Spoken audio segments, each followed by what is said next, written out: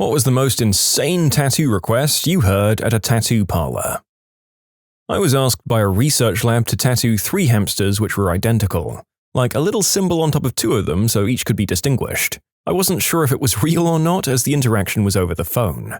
I tattooed a couple of real characters over the years, including one guy who kept getting the same tattoo over and over again, a tiger head, and eventually he just got little dots to fill in around them all, and another guy who got vertical and horizontal lines on various body parts to make himself appear larger. He talked about getting additional teeth implanted so he could process more food more efficiently and wanted me to be his disciple. That guy was my craziest client for quite a while. I tattooed him July 4th, 1993 the first time. I remember so distinctly because I was dumb to open that day at all, and then he just showed up.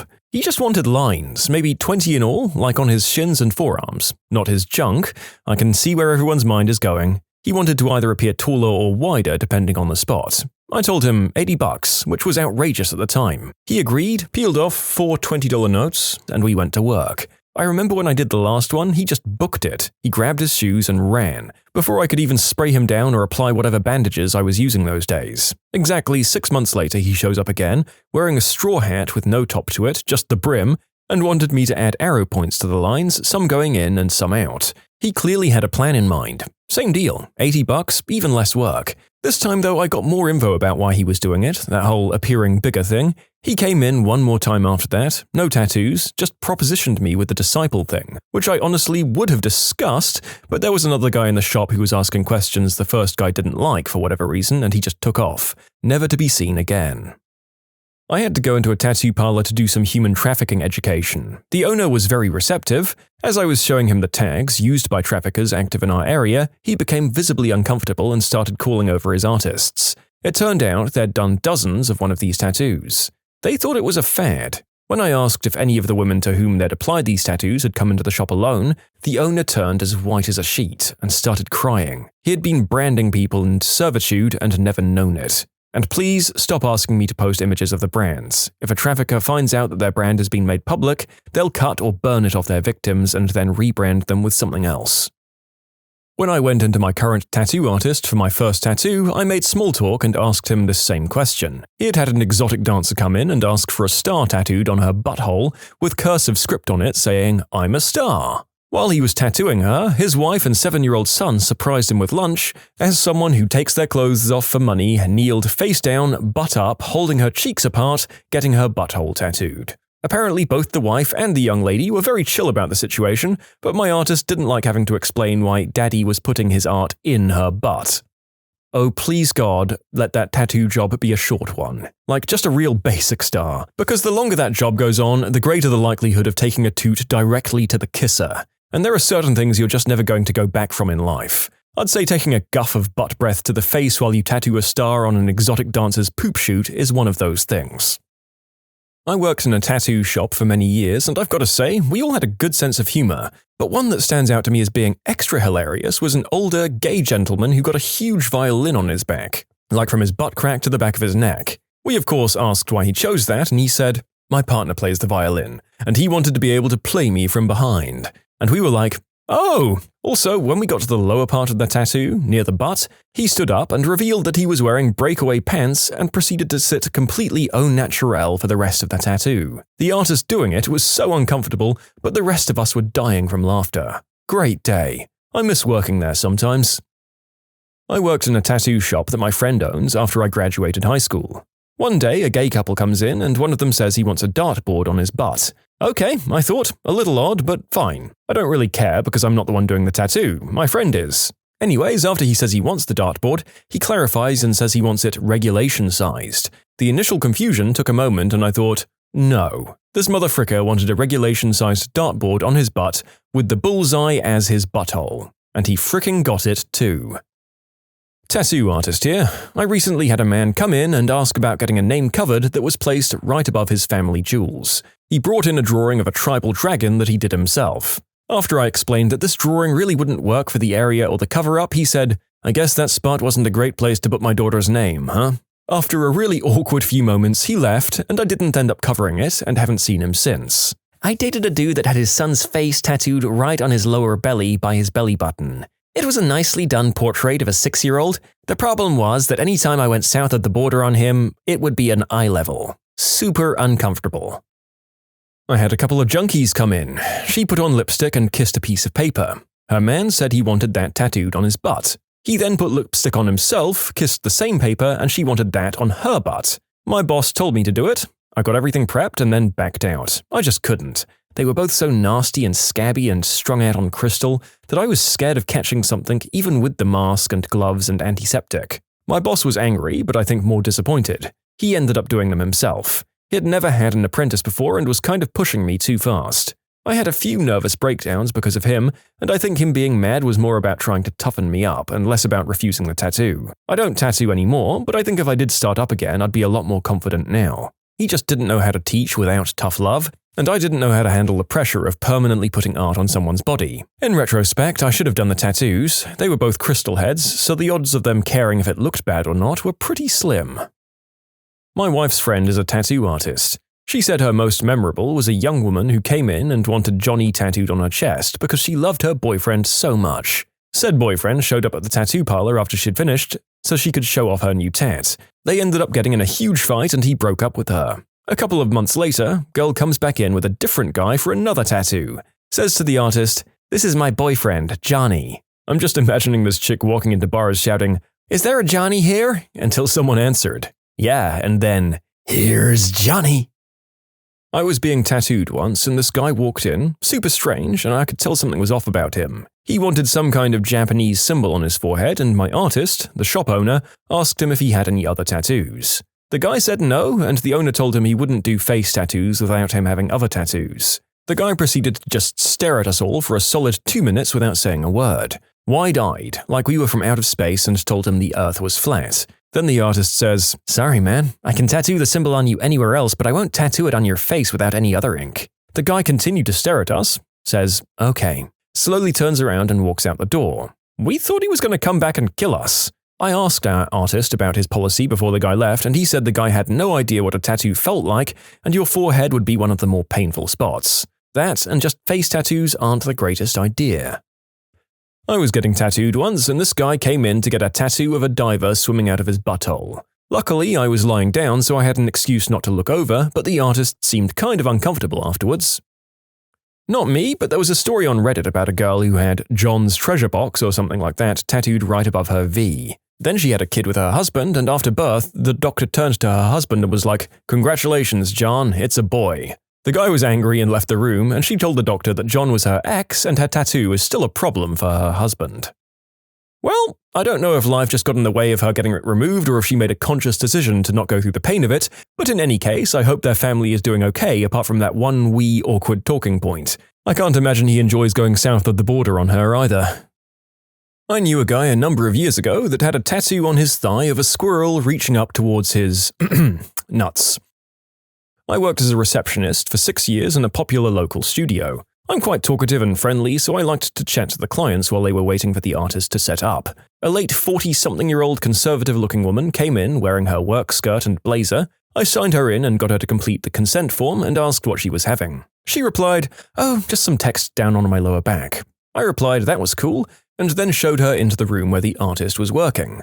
I could hear the artist and client deciding on placement, and that she wanted the tattoo low enough on her back so that her daughter wouldn't see it as it was private. So it was pretty much just above her butt crack. Fair enough, I thought. Afterwards, I asked the artist what she had. The woman had some words we can't say on YouTube, but use your imagination and see if you can guess from our approximation of butthole working girl, tattooed in thick black script. No wonder she didn't want her daughter to see it. She came back a few months later to have woo and a different word for working girl tattooed on the front orifice. My ex-girlfriend's best friend was dating a guy at the time named Dustin. Her nickname for him was Dusty. I'll let you guess what she got tattooed. Right above her hoo-ha. She's not dating him anymore, so I guess that's an interesting one for current and future partners. You just need to follow the old dusty trail to find the oasis. Gang members generally have their own people do their tattoos. Normal street shops don't have to deal with legitimate gangsters. I tattooed in Oakland for many years and did a local 40th Ave or whatever street affiliation, but no serious gang tattoos. Turned down a few Third Reich symbols, but not many. I put "party hard" in script on a frat D-bag's butt while his brothers cheered him on. But tattoos on guys were about the worst. I've never tattooed a male organ. I always said it would be expensive and nobody ever ponied up the dough. Like was previously mentioned, 90% of the job is actually super mundane. I was asked to tattoo a deceased person who had apparently wanted a tattoo. I declined because of a lack of consent. Memorial tattoos are hard if you're a caring person. The hurt really comes to the surface during the process. I enjoyed sharing their burden for a little while. You can submit your own stories to be featured here on the channel. The story submission link is in the description below. And if you want to listen to some vibey music in the background, check out easymode, also linked below, and subscribe. My friend is a tattoo artist, and a guy came in wanting a clan tattoo. So, the very heavily muscled black tattoo artist came out like, "Oh, you're gonna be in my station." The guy shuffled out of the shop very awkwardly. My tattoo artist told me of a tattoo he did around the edges of an exotic dancer's beehole, saying, "One ring to rule them all." I remember him mentioning how bummed he was that she didn't allow him to photograph it for his portfolio. That's a missed opportunity. If you're going to get a Lord of the Rings themed butthole tattoo, how do you not go with "Speak friend and enter"? My regular tattoo artist and friend messaged me one day that she tattooed a man's Johnson. I instantly had so many questions. She explained how, in this long story about him getting semi-rigid when she put the stencil on and then getting totally limp the second the needle hit, and how she had to stretch it out with her free hand while tattooing. Finally, I asked what he got. Thor's hammer. I laughed so hard. At least it was funny. My coworker's brother-in-law also has a tattoo there. When he gets rigid, it says, "Ta-da!" Moral of the story, if you're going to get one of those, at least make it funny. It wasn't so much the tattoo, but rather the customer. He was a very strange older guy, and out of 7 artists in the shop, only 1 could tolerate working on him. He came in sometimes days in a row, and normally we don't recommend getting multiple tattoos so quickly. But with this guy, it was like, screw it. He came in one time for a semi-truck tattoo with "kicking butt and eating muff" written on the back window. A few days later, he came in to get "alone and beating it," completely unaware of the irony. Now, whenever someone's going through some stuff, I say, "Man, sometimes you're kicking butt and eating muff, and sometimes you're alone and beating it." I'm not a tattoo artist, but I briefly dated a guy who was. He had a handful of stories of people who made him uncomfortable, but the one that sticks out the most was this, elderly, leather-using adult bedroom specialist. She came in, told him that she wanted a tattoo of a hot lady with a paddle doing one of those physically impossible romance novel poses. She wanted it huge, and she wanted it on her back. The entire time she told him about all the dungeons she went to and how much she loved hurting boys, and how pretty he was and that he should visit her sometime. And he was just trying so hard to be like, "That's nice, I work better when you're not talking though." I dated a girl once with numbers tattooed on her wrist. As it was highly unlikely she'd been in a camp during or prior to World War II, I asked her for the story. It was her social security number. Apparently her mother had done this both to her and her brother in case, and I quote, "they find your body but the head's been cut off and they need to identify you." Yeah, that family was a little messed up. Oh, and it was really sloppy, like prison level. So considering that and the fact it would have been done on children, it wasn't likely done at a professional shop. This certainly feels like some sort of child mistreatment. Also, I'm not from Freedom Land, but isn't having your social security number visible at all times a bad thing in America? Man, this story is not great on so many levels. I went on a couple of dates with a girl before I met my now wife. I discovered she had a hatchet man tattooed above her hoo-ha. Things fizzled out pretty quick after that. The guy who did most of my tattoos said he always tried to talk skinheads out of getting Third Reich symbol tattoos. He'd always told them that once they get that, any fight or bad situation they get into instantly becomes a hate crime. He had no sympathy for these idiots, but he honored their free speech, so he'd do the tattoos if they really wanted him to. Tough situation. I don't envy him. I was flipping through my tattoo artist's portfolio as I was waiting for him to get set up to do the massive tribal piece on my arm.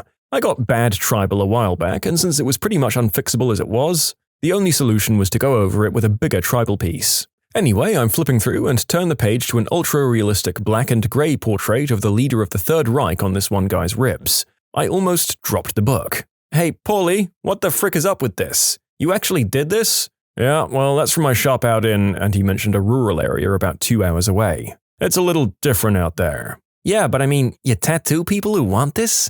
"That's a long-time client, and yeah, he's a skinhead D-bag, but he tips well. Anyway, the joke's on him, because that's not who he thinks it is." What do you mean? It's clearly the big H. Look closer. I'm not seeing it. It's Charlie Chaplin. Do you really think I'd tattoo the other guy on someone? And yeah, it was Charlie Chaplin. For me, the discomfort came after. When the client was paying, I went to grab the money and he said something along the lines of, "You like that money, baby?" It was awkward. I'm usually real quick with comebacks, but I just stared at him until he left. Also, the woman who moaned loudly the entire time I tattooed her. She said it was to help her ease the pain, but I'm not entirely convinced as I was near her lower regions. Also, not me, but my boss and other workers at the shop had to deal with a lady that would reach into their shorts. Some liked it and some didn't. Plus, she was aggressive and would call for the Lord's help loudly every time she got tattooed. Ugh. Not myself, but I know a tattoo artist who herself has a fish tattooed on her middle finger. Her fish finger. What makes it funny, possibly uncomfortable for some, is that she's a lesbian and, well, you know. I guess this isn't uncomfortable so much as embarrassing. My dad found an old drawing of an anime cat girl that I did when I was like 10, and made me tattoo it on him. I at first tried to say, hell no, then I tried to convince him to let me at least redraw it first, but he insisted on that drawing specifically. My girlfriend's mum comes in. She wants a giraffe. Okay, that's cool. She wants it on her bikini line. Okay, I'm a professional. Because giraffes have 10-inch tongues. Okay, what the frick? So I get the stencil ready and start prepping for that tattoo. She sees the razor and says, "Oh, you won't need that. I shaved for you." Nope, not okay. My boss can handle this one. They screwed in the office when it was over. My family's tattoo artist once had a really normal, average-looking guy come into his shop. The guy looked like a Bible salesman or something. He asks what and where he wants it, and the guy drops his pants and undies to show him, and his entire bathing suit area is almost entirely covered in ink. He's done some weird crap over the years, but something about that one was really awkward for him. I am the canvas and not the artist, but I went to get the word misled on my chest. Front and center. I just turned 18, was a little drunk and on a bit of substance, and loved the font. Let's do it. Turned out mislead and misled are two different words, and I basically had liar tattooed on my chest for years with the word mislead. Finally covered it up with a self-made design, and I'm now much happier with my chest.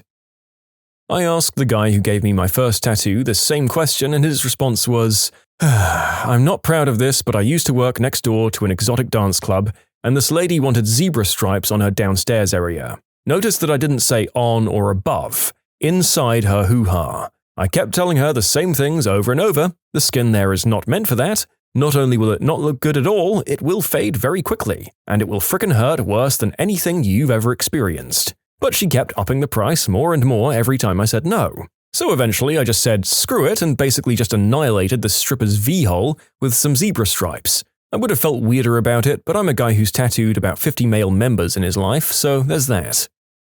That's a really special sort of jaded, isn't it? A man who isn't even in a bedroom-related trade, seeing so many reproductive organs in his time that he just sighs and gets on with it. Although I guess there are doctors that are the same. Hate love on the knuckles. I said no. I said he'd regret it and so on. He got mad at me and started calling me names. Instead of screaming back, my F you to him was that I agreed to do the tattoo. You know, I'm not going to look this up again, but I have seen a devil face hoo-ha tattoo where the mouth was the opening.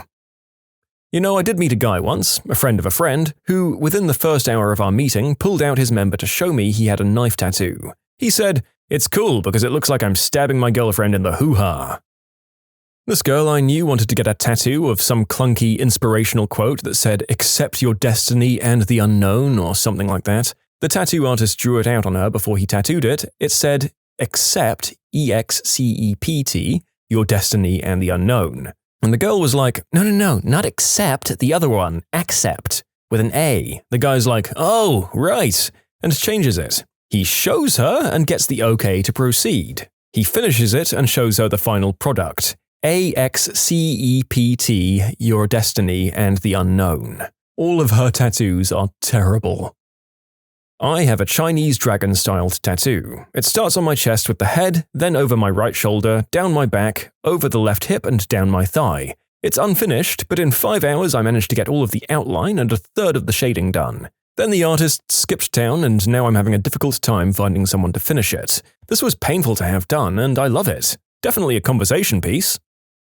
I was getting a tattoo on my calf in Mayaluf. Yes, I know, great start. My tattoo actually turned out great, but then a bunch of lads sat down in the room adjacent to me, big glass windows so I could see everything. The boy wanted Andy on the sole of his foot. He was carried out half-conscious before it was even finished.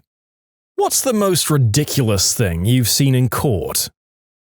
So, I was the intern for a judge. Most of his cases were related to substances, DUI, or working girls. One day, a woman is brought up from jail for a hearing, substance-related. She's a regular in the courtroom and is in one of the substance dependency programs. The judge asked, "Tell me what happened." "Well, I was leaving the methadone clinic and this guy asked if I wanted some fire-ass dope." He asked what? "If I wanted some fire-ass dope." A lawyer whispers to her. "Some fire-ass dope?" asked the judge. "Yes, Your Honor, some fire-ass dope." From here it turned into something very comparable to the Super Troopers' littering and moment, while we all tried to avoid laughing. Skipping ahead, I take it you used it and that's why you're here. "I did, and it was damn good." I was installing furniture and equipment in a courthouse office. I'm walking into the building with all of my tools, waiting in line to be cleared by security. The man in front of me steps up to the metal detectors and grabs one of the baskets you use to empty your pockets. Into said basket, the man places his watch, his necklace, wallet, keys, cell phone, bag of green herb, and a gat. He then casually walks through the metal detector and looks back to the officer to get his belongings. The 3 officers and several people standing around are stunned. After a few seconds, the officer with the basket says, "Put your hands behind your back?" The guy didn't fight them, he just refused to believe he had done anything wrong. He was there for a substance-related offense. "I was locked up in a county jail for probation violation. They let inmates out at midnight on their release date, and they have to check out at the window by the holding cell I was in at the time to get their belongings. So an inmate walks up to the window to acquire his street clothes and gets the okay to go into the bathroom and change into them. Naturally comes back to the window to sign his paperwork and be on his way. Nope, he digs into his pocket and a joint falls onto the ground. A deputy was called in, patted him down, and put him in handcuffs and took him away. These are the same deputies who missed my car keys in my pocket when patting me down a day prior. I could only imagine how that guy must have felt. I'm a legal secretary. I used to assist attorneys who practice juvenile dependency. We were funded by the county to defend indigent parents whose children were removed by CPS. A mother came to court with a tattoo, "Frick the CPS," on her neck. A client, the defendant's father, was on the witness stand being questioned. The attorney asked, "How much green herb do you use currently?" And the client replied, "Well, not as much as I'd like." Cue facepalm. Well, you could very loosely interpret that answer as still being none, but yeah, it's not a very helpful statement. Apparently cases involving CPS are a hotbed for strange behavior, as a few more experienced people have written in. It's never a dull moment. I had a coworker whose client declared to a judge that she didn't see an issue with her husband driving drunk with the kids, because when he was sober, his driving was terrifying, but when drunk, his driving was better than her own. To which the judge ordered her to take a UA, and last I heard, she was positive for a whole lot of substances ending in etamine. I have a friend that does volunteer work that lets her sit in on a lot of CPS-related court cases. She said the best one was when a birth mother, who got her daughter taken away due to her being a smack addict, argued that she was a better fit than the woman hoping to adopt the girl because, "I breastfed her for 18 months, and I read an article that says kids bond with their mother when they're breastfed." During my court reporting internship, I met a really nice bailiff. Sometimes attorneys have to approach the judge for a sidebar conversation that's supposed to be unheard by the jury. But because court is boring, attorneys having secret whisper arguments with a judge seems fascinating to a jury. This bailiff would distract them by playing Marvin Gaye on his phone and dancing around like a Motown backup singer. The guy loved his job and went above and beyond his duties. In a case where someone was robbed by 2 guys, the judge asked the victim if those 2 guys were in the courtroom. Before the victim could answer, those morons lifted their hands, as in, "Hey, we're here!" An undressed man taking off with a city bus getting charged for Grand Theft Auto. As GTA requires some element of intent to profit, this was transparently ridiculous and got taken off the charge. Florida man? After her 3rd DUI, my elderly and disabled neighbor was being let off with a suspended license and a hefty fine. Thinking she could do better, she attempted to negotiate, loudly and aggressively, with the judge. using her infinite wisdom of prime television law shows. She walked out with jail time. Most of my clients are mentally ill. I do mostly civil and criminal mental health related work. In my jurisdiction, an application by a civilly but involuntarily detained person for a review of their detention must be heard within 2 weeks of the application, no matter what. So I'm often in the position of managing clients who are unwell, including experiencing psychotic episodes, among other things. Direct examinations can be very interesting. My most memorable board review involved my client giving an impromptu demonstration of how they came to be arrested under the Mental Health Act. There was feces involved. Just another day at the office. Sounds like a crappy job. Sorry, I had to say it. But God bless you for providing legal representation to those who need it most.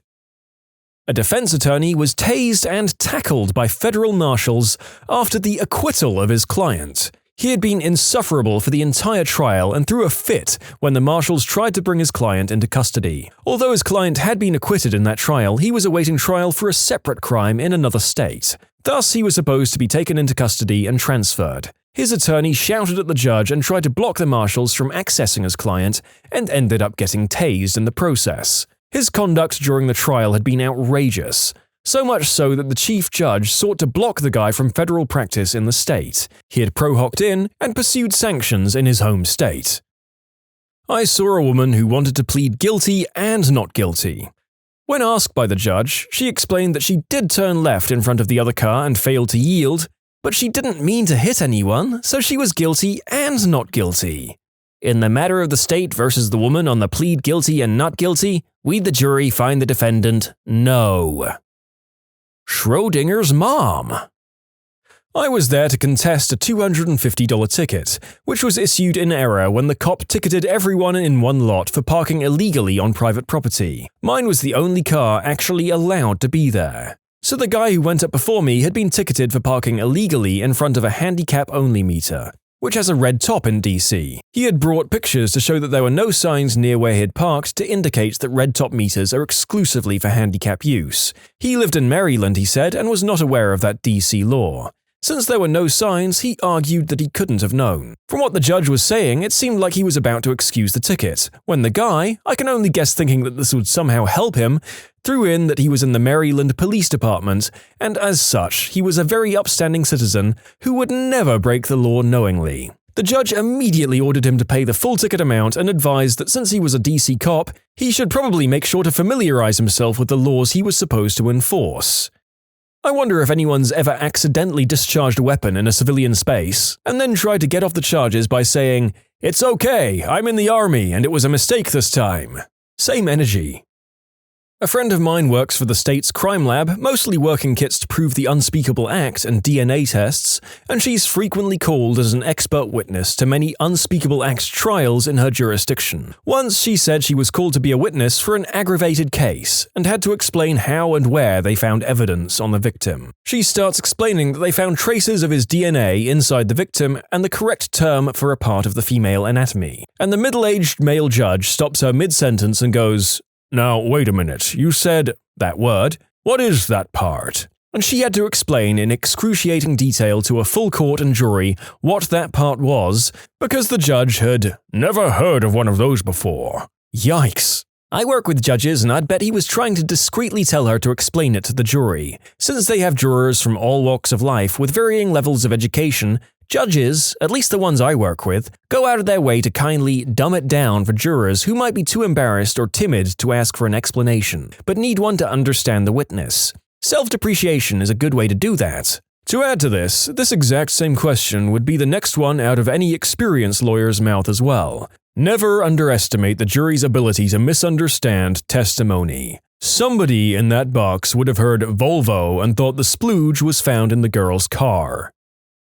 Lawyer here. Female client shows up for court to be sentenced to probation on a minor charge, green herb or shoplifting, I can't remember, wearing what looks like a one-piece, bright yellow bathing suit with flip-flops and a yellow fishnet wrap over the bathing suit. I held my breath when the case was called. The judge did the sentencing and then, "And next time, don't show up for court looking like you're going to the beach." The client, deadpan as if confused, said, "But I am going to the beach." Did he then say, "No, we said you're appearing before the bench"?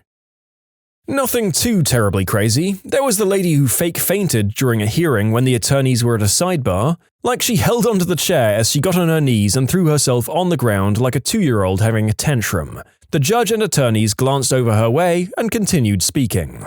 Then there was the time I told my client we would lose about 11 billion times, but she still insisted on going to trial. And shocker, we lost. So when I took the group around the corner to tell them the news, she started sobbing and slid down the wall all dramatic, while her new guy threatened to beat up the other party. At a restraining order hearing, some guy decided it would be a good idea to threaten to kill his wife in the hallway. My client heard about it and told me. I told the bailiff and left. Apparently the bailiff told the judge. The guy was immediately handcuffed and thrown in a holding cell, and I was called back to court about it. Apparently he didn't really mean to threaten to kill her. All that bravado went away real quick once steel cuffs hit his wrist. The first appearance in criminal court, the bailiff missed the wooden block while using the gavel, and shattered the glass covering the tabletop. We had to stop the hearings and used file folders to sweep up all of these chunks of glass before a defendant cut themselves or smuggled some glass into the jail. That bailiff was teased about breaking the glass for years. And another story I heard but didn't witness, a criminal hearing. The victim's father jumps across the barrier to attack the defendant. Bailiff jumps in and the judge can't see what's happening, so he pulls out his personal piece. All attention immediately goes toward the bench, with the judge standing there packing heat. I believe bailiffs took the judge's gat and got control over the father and defendant. Unsurprisingly, someone ran against the judge in the next election and won. Most other people just say ridiculous things rather than doing ridiculous things. You can submit your own stories to be featured here on the channel. The story submission link is in the description below. And if you want to listen to some vibey music in the background, check out easymode, also linked below, and subscribe. We represent what has to be a billionaire and his companies. He's like mid-80s. We had a settlement conference and the guy exclaimed to the judge that he was too fricking old and too fricking rich to put up with this bullcrap. The judge threatens to throw the partner, I'm a low-level associate, into jail. The amount of money this guy pays us, my partner isn't backing down and basically doubles up what the client said. People calm down. The partner tells every new associate that story within an hour. Said partner once also crapped his pants on the way to a hearing once after having eaten 4 protein bars for breakfast. He was also very proud of his subsequent commando court appearance. I watched a guy sitting in court fall asleep, start snoring, and then suddenly burst out this lion's roar yell. The judge calls him up and asked if he was on anything. No, Your Honor, just tired from working overnight. It was 3 p.m. His probation officer decided to do a pee in a cup test. Being the only male in the courtroom, I was elected the one to take him to the courtroom and witness him pee in a cup. He tested positive for 2 to 3 things. He was sanctioned 5 nights in jail for lying to the judge and had to restart the program from the beginning. He was pretty close to being on the last step. Another time on revocation docket, we were sitting waiting on the jail defendants to be brought up. We were filling out some continuous motions and we hear this loud hiss and exhale. The lone guy in the galley had decided to take the biggest hit off his vape, right there in court. The judge was furious and ordered him up to the bench. He started crying, stating it went off in his hand. The vape cloud was the full length of the 15-foot bench. He went to jail for contempt. We're not sure what he was there for in the first place, though. Covering a trial for a local radio station. Man was being tried for murder. The victim had faked his own death 2 years earlier and had been hiding in the woods since. So essentially killed a person already thought to be dead. Highlight of the trial was when the Commonwealth attorney asked the defendant how the victim ended up being stabbed. The defendant said, "He was drunk and fell on my knife." The attorney asked, "How drunk do you have to be to fall on a knife 17 times?" Was this the inspiration for the cell block tango in the musical Chicago? Or had the guy been listening to show tunes on the way to court and got unknowingly inspired? I was a witness for the prosecution in a case where the defense attorney was probably doing his first jury trial. He kept doing crazy TV lawyer stuff. Multiple times when he asked me a question, he yelled, "Are you aware you're under oath?" He did the same thing when my wife testified. They had to clear the courtroom at least 4 times for the judge to yell at him. The guy actually did it, but his lawyer was so incompetent he just didn't have a chance. I talked to him years later. He was getting an outside lawyer to appeal the conviction. It was a court-martial, so good luck with that. Not a lawyer. My grandma threatened, while inside the courtroom, to sue her lawyer for misrepresentation. Then she stormed out after not getting the result she wanted. She's a bit kooky.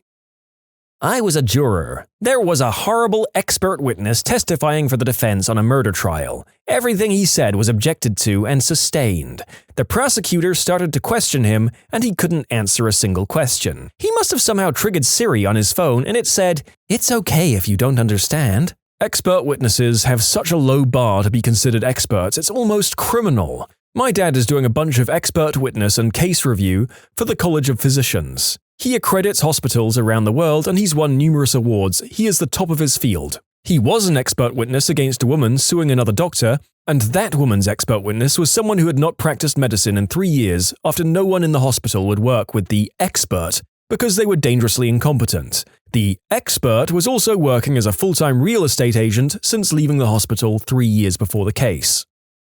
Back when I first started, I was in court with my father-in-law, also an attorney, and he was arguing with the judge and took issue with something the judge had said, by saying, "That sounds like something a Yale man would say." The judge asked, "How did you know I went to Yale?" "I saw your ring when you were picking your nose." Yeah, it's good to practice with a bunch of old country lawyers. Just today, I got in a heated argument in court with opposing counsel, and we both had pretty raised voices and her client started to cry. So the opposing counsel said, "No, it's okay, this is just how we argue, we still love each other," and came over and gave me a hug.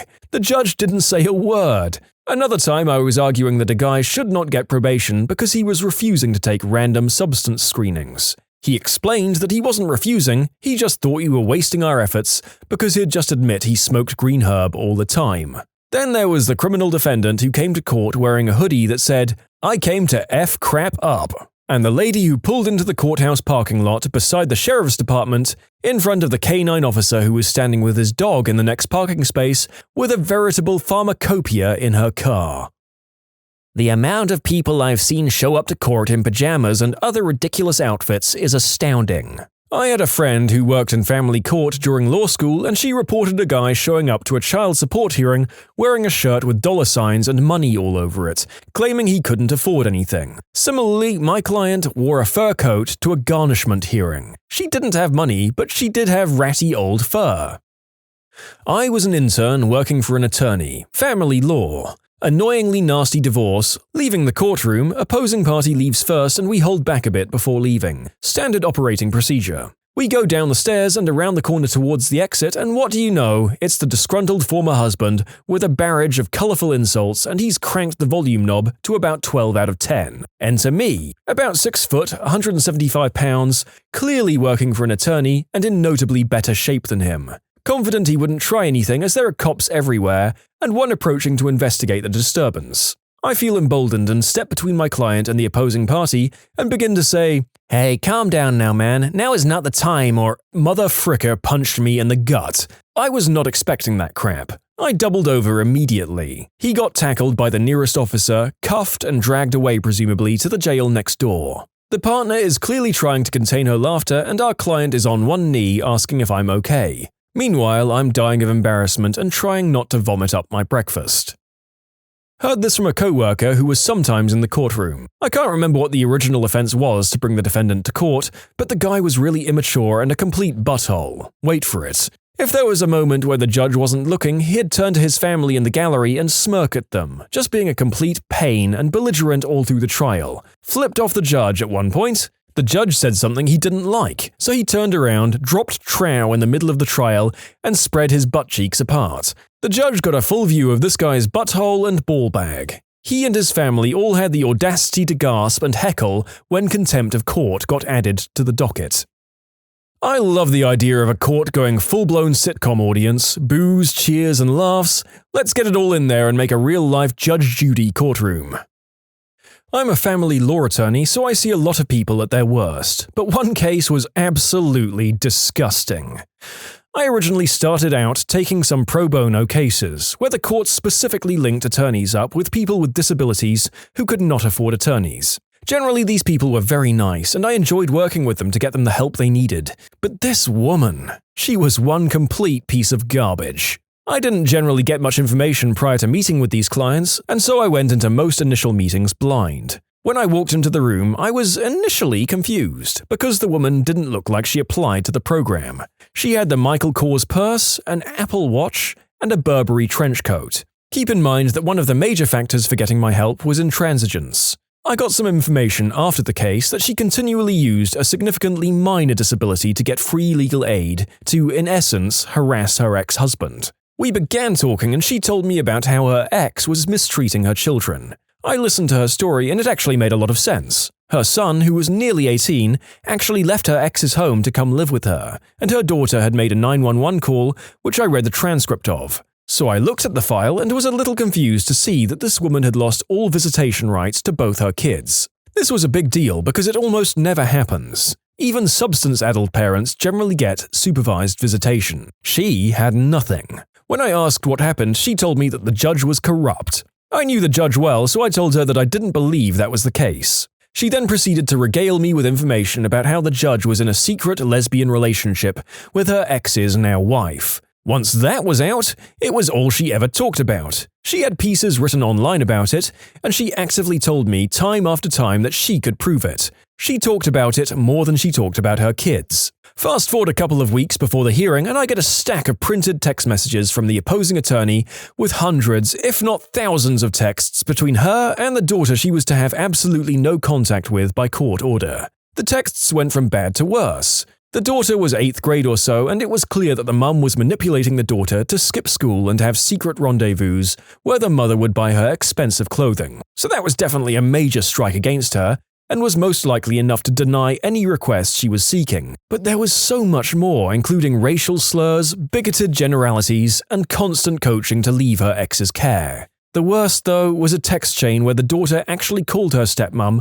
a rug muncher, which clearly indicated her mum had been feeding her the secret lesbian relationship ideals. The daughter had said that the dad was drunk, and the mum replied something vague about how the stepmom wasn't getting any that night with her dad being drunk. The daughter asked what she meant, and the mum, to her 8th grade daughter, replied, "Broke wiener." We lost well before the hearing happened. At the hearing, the judge, different from the one the mum hated, did what every reasonable judge would do and denied the request. At which point, the mother stood up and started yelling in front of a full courtroom that everyone there was in on the lesbo bonanza. She was held in contempt and ordered to pay a fee for every day the other child wasn't returned to the father's care. She said that she didn't give a flying frick and she would just pay the fee. At this point, the judge said, "Well, if that's the case, I will annotate the file to inform court admin that you should be able to pay for your own attorney going forward." I lost the hearing, but damn did that loss feel good.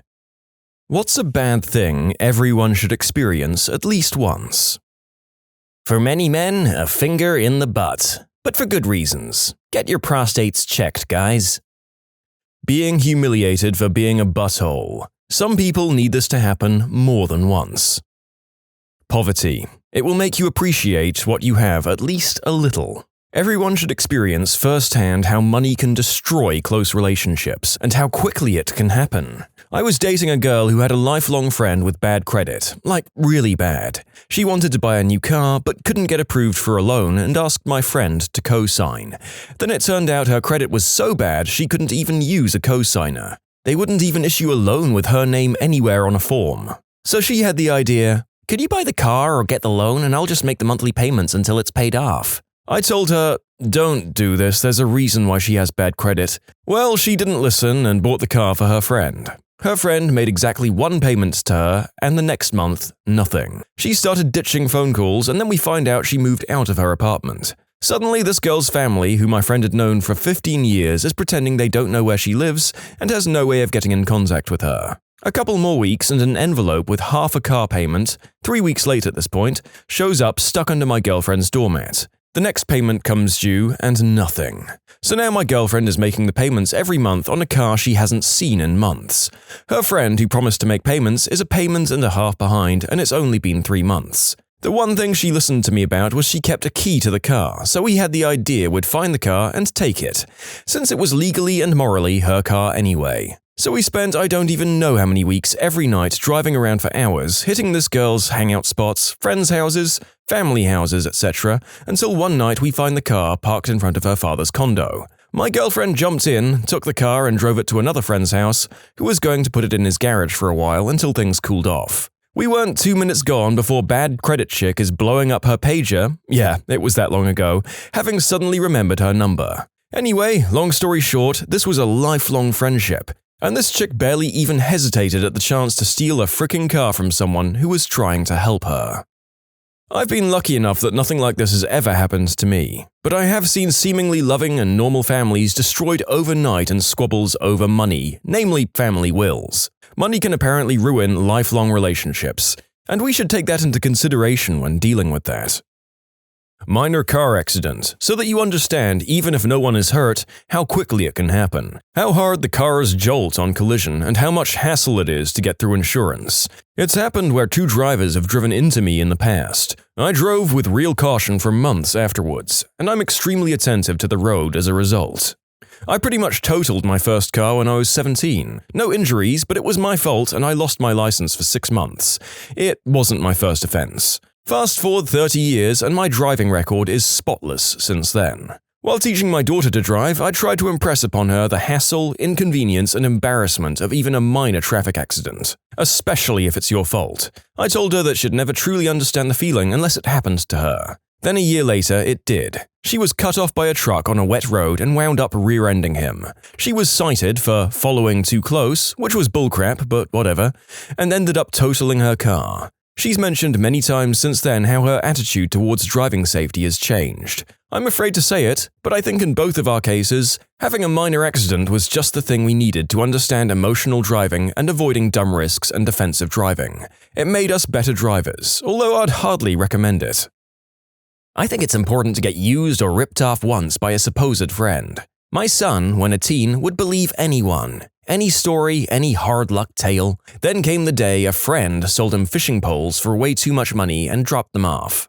They didn't have any reels on them. My son was so hurt and teed off. I felt bad for him, but he never forgot the lesson. Be careful who you call a friend. Met this girl, talked to her on the internet for years. Never really went anywhere, but talking or writing to her became a part of my regular routine. For so long it felt like I knew her, even though in reality, of course, I actually didn't. One day she hits me up talking about how she desperately needs money and is looking to sell this gift card someone got her. I think nothing of it and say, sure. I take it home and go online to activate it, at which point I find it was obviously stolen.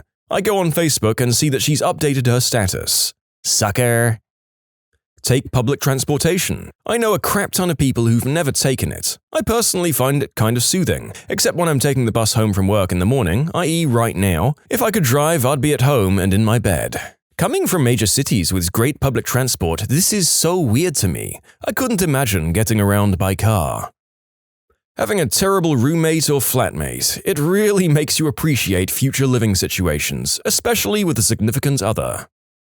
The moment of panic and the lingering feeling in the pit of your stomach when you're driving and narrowly avoid what could have been a disaster. Not even necessarily your fault, things like braking for a deer or a car not seeing you in their blind spot and changing lanes into you and you have to hit the horn. Something that reminds you that no matter how much time we spend driving and how easy it usually is, vehicles are fricking dangerous and you don't want to get careless. Something that reminds you why driving deserves your full attention the entire time. I was driving home from college late at night on a 2-lane highway in the middle of nowhere. A huge buck appeared in front of me to the left. I only saw him for literally a tenth of a second. He was in the beginnings of a jump, rearing up on his hind legs, his front hooves over the top of my hood. He jumped clear over my car. Had it not been so dark out, I probably would have seen his ball bag pass right in front of my driver's window. My heart was probably at 170 beats per minute for the next hour afterwards. I don't think I blinked. Spent the entire time scanning everything in my field of view. Longest drive of my life. Being humiliated for behaving like a jerk. Some people need this to happen more than once. Agreed. That moment of self-awareness when you realize, no, you're not being funny, or the other person isn't in the wrong, but you are being a jerk, that's humbling. You learn to be a better person from the experience. Unless someone actually is a jerk, then they just double down and assume everyone else is the jerk. When Borders was closing, they didn't allow returns. This was on numerous giant banners all over the store, so it's not like they were hiding it. There was a long line checking out, and this guy was yelling at the clerk about a $3 CD and moaning about why he couldn't return it if he didn't like it. A normal jerk, whatever. Then he goes, "This is why you people are losing your jobs. You don't know how to keep the customers happy." And several people yelled and chewed him out so badly he dropped his crap and left. Seriously, what the frick, man? I hope I actually helped with that one. This was your informative piece on why not to be a jerk from the sister channel of Am I the Jerk? And yes, I did write a quarter-page worth of stories purely for a lame gag and a plug for our sister channel. You're welcome.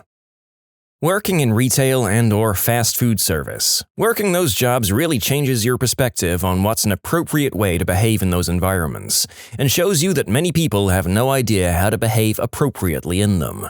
Cashier and bagger here, you have no idea just how rude, lazy, inconsiderate, nasty, and just downright mean people can be until you work in a customer service job. It really makes you appreciate genuinely nice people a whole lot more, and shows you just how many people aren't raised right. I can tell stories for days about the crap I see on a daily basis. For example, one time I had a lady complain to my office manager, co-manager, and store manager, I was on a register that day, saying that my customer service was awful and that someone should have trained me better. All because she didn't have enough money to pay for her stuff, so I had to decline her. Luckily, two of them saw the whole thing and politely told the lady that she was a moron and I'd done nothing wrong. The next customer in line also saw the whole thing and told them, my managers, that I was the sweetest cashier at the store.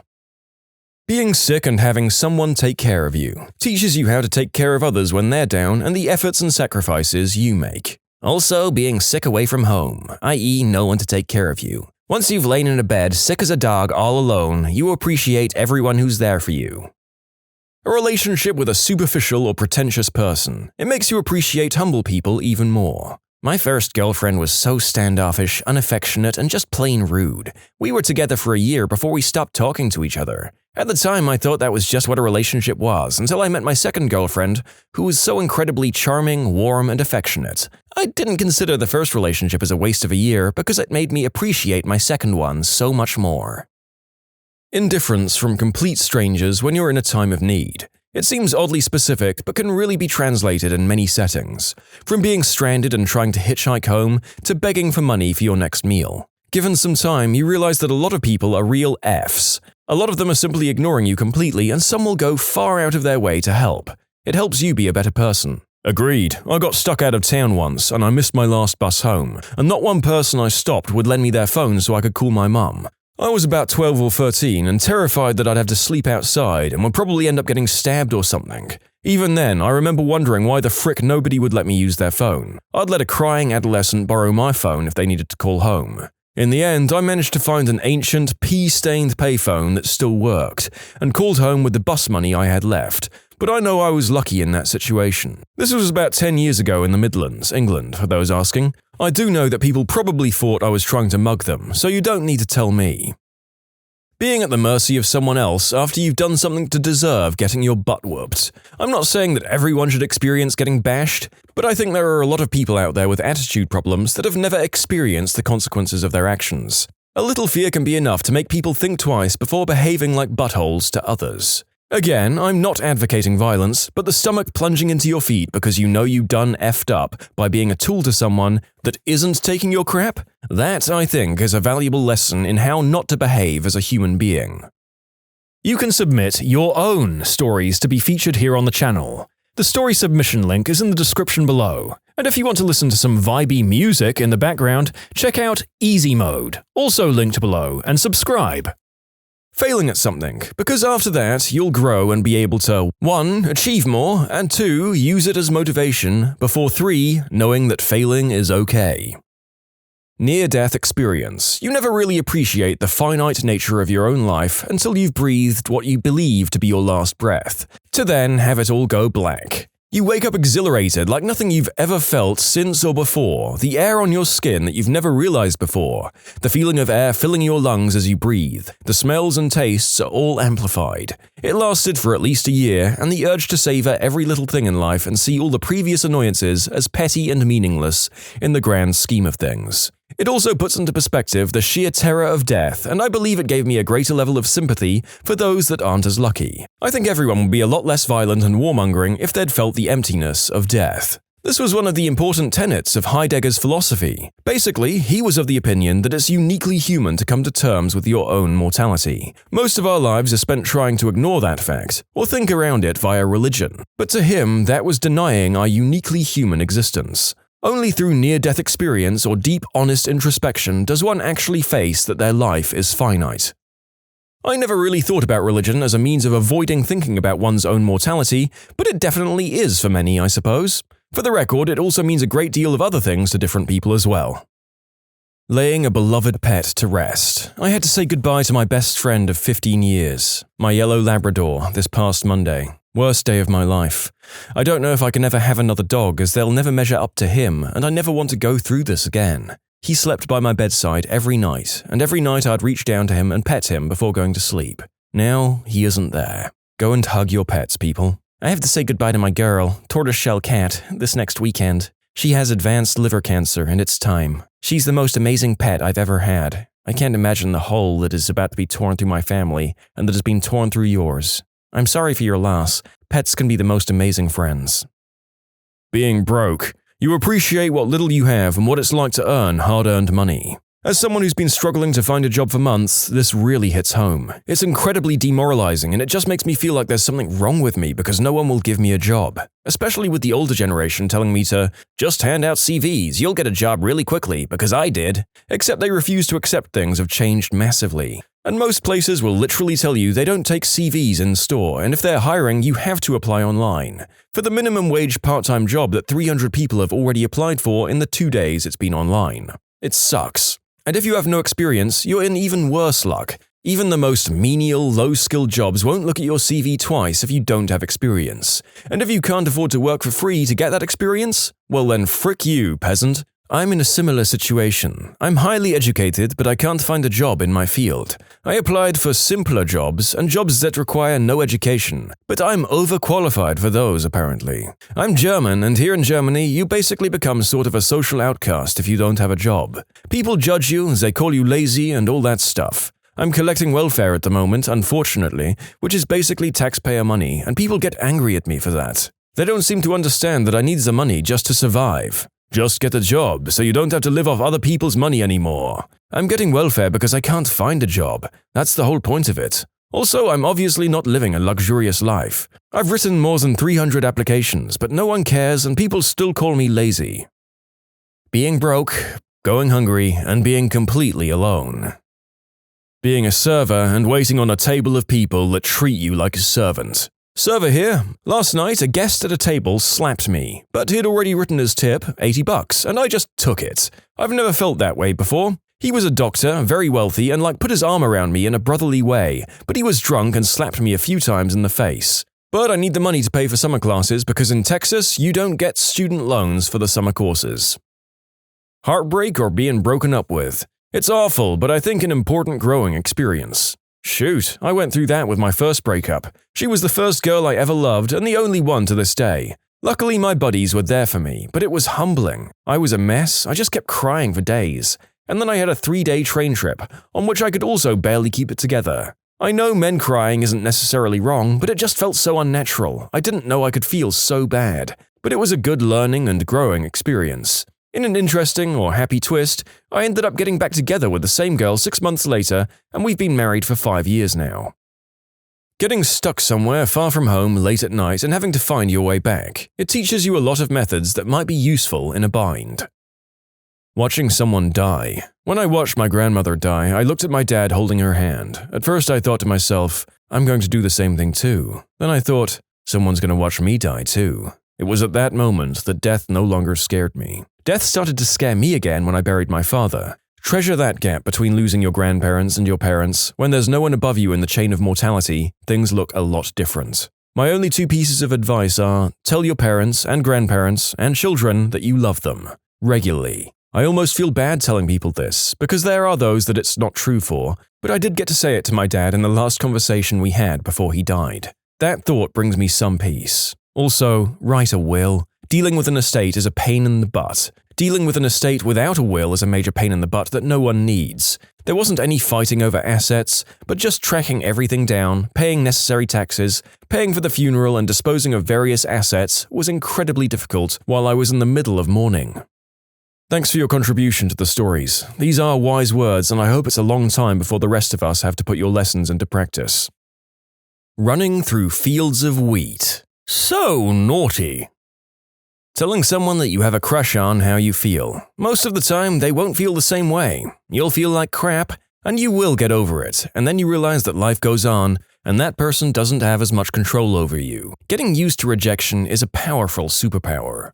I did, and she did not reciprocate, but we remained friends because I was carrying a torch that would break Miss Liberty's back. I didn't realize until my wife came along some years later that this friend was only staying friends because her insecurity needed constant feeding of adoration regardless of the source. When I finally confronted her with it, she walked away and I never heard from her again. One of my major steps toward adulthood. A real-life failure. There are some people who can be supported through life without properly feeling the consequences of failure. But until you actually fail at something, you won't truly succeed either. A breakup with someone you love. I feel like it teaches you some stuff about yourself that you never really realized. But alternatively, I feel like you can learn that from losing friends or family members due to really crappy reasons. Working in hospitality and being harassed by an obnoxious customer for some minor inconvenience. You're literally asking for me to be fired, Miss Minivan. Do you realize that I'm a person with a whole life just like yours, and you want me to end up homeless because there's not enough extra ice in your drink? Your drink, which, might I add, was made by a robot and not by me. So glad I'm in a call center now. For some reason, people always specify, "Now, I'm not mad at you, you're just doing your job," before getting mad. It's so different from food service. Live on a service job or minimum wage for a year. No parents as a safety net, no rich friends you live with, no big savings account you can dig into if you really need it. Nada. None of that. Yeah, I totally know what it's like. My lawyer parents made me wash cars and teach yoga for a while to get real-world experience. No, you need to feel the real, present threat of being homeless. Nothing but a crappy job at Popeyes between you and the streets. Know what it's like to run down to the plasma center and sell your blood for gas money. Have to make up excuses to not go out with friends tonight because your paycheck got lost again. Put up with your friends' snide comments when you only eat half your 10-inch pizza and box the rest for home because you'd like to have lunch tomorrow. Know what it's like to have your employment put at risk by some snot-nosed rich teenage customer who decides your service wasn't fast enough. As someone who gets migraines, I wish more people experienced at least one so they know how bad and debilitating it can be. It's freaking selfish because deep down I know that I wouldn't actually wish that on anyone, but it's deeply frustrating when you're talking about it to someone or trying to call out from work and you get, "Oh, that's when you have a headache, right? Huh!" Or when they suggest taking some aspirin. Which, that crap is absolute misery to the nth degree and then some, and Excedrin migraine only works if you catch it in time. Otherwise, you're going to be curling into a pitiful ball of whimpering pain until your body either shuts itself down for a few hours and you have to start all over again. There's only one actual answer to this topic: the bitter taste of defeat. For men, unwanted creepy advances, catcalling, etc. First time it happened to me, I was like, what if Grossy McGrossface didn't leave me alone at the bar and then berated me for being worthless while all her gross friends laughed at me? Eye-opening.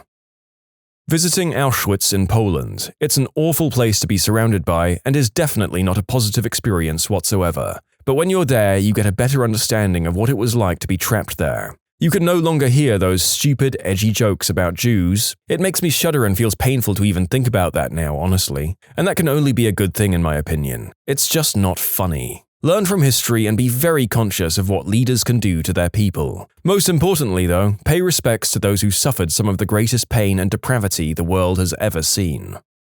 What's it like being friends with an influencer in real life? Awful. One of my best friends fell real hard into Instagram. And for a few years it was tolerable and understandable, albeit strange and annoying.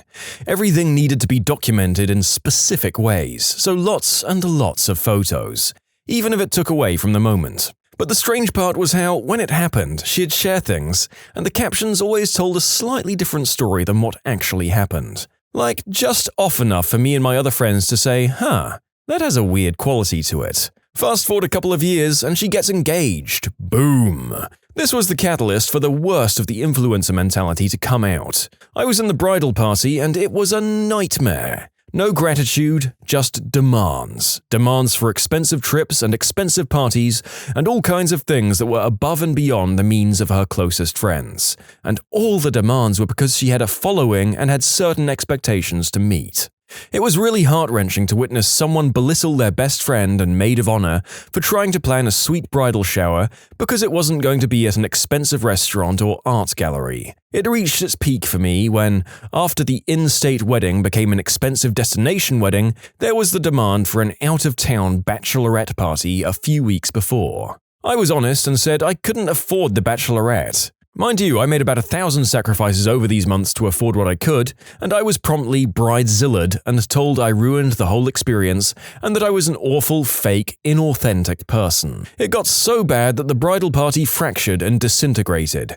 She lost 2 of her best friends. Myself and the maid of honor didn't even attend the wedding after all her behavior and blow-ups, and we've barely spoken since. All so she could have an Instagrammable wedding that would look good for the few photos she ended up sharing of it. And true to the weird, strange, rewritten reality ways she had, she published a public apology on her blog for her followers and family that completely distorted and rewrote what happened, painted herself as the victim, and got her the sympathy points she was looking for. People really lose themselves when they create an artifice for social media. I learned a lot from her.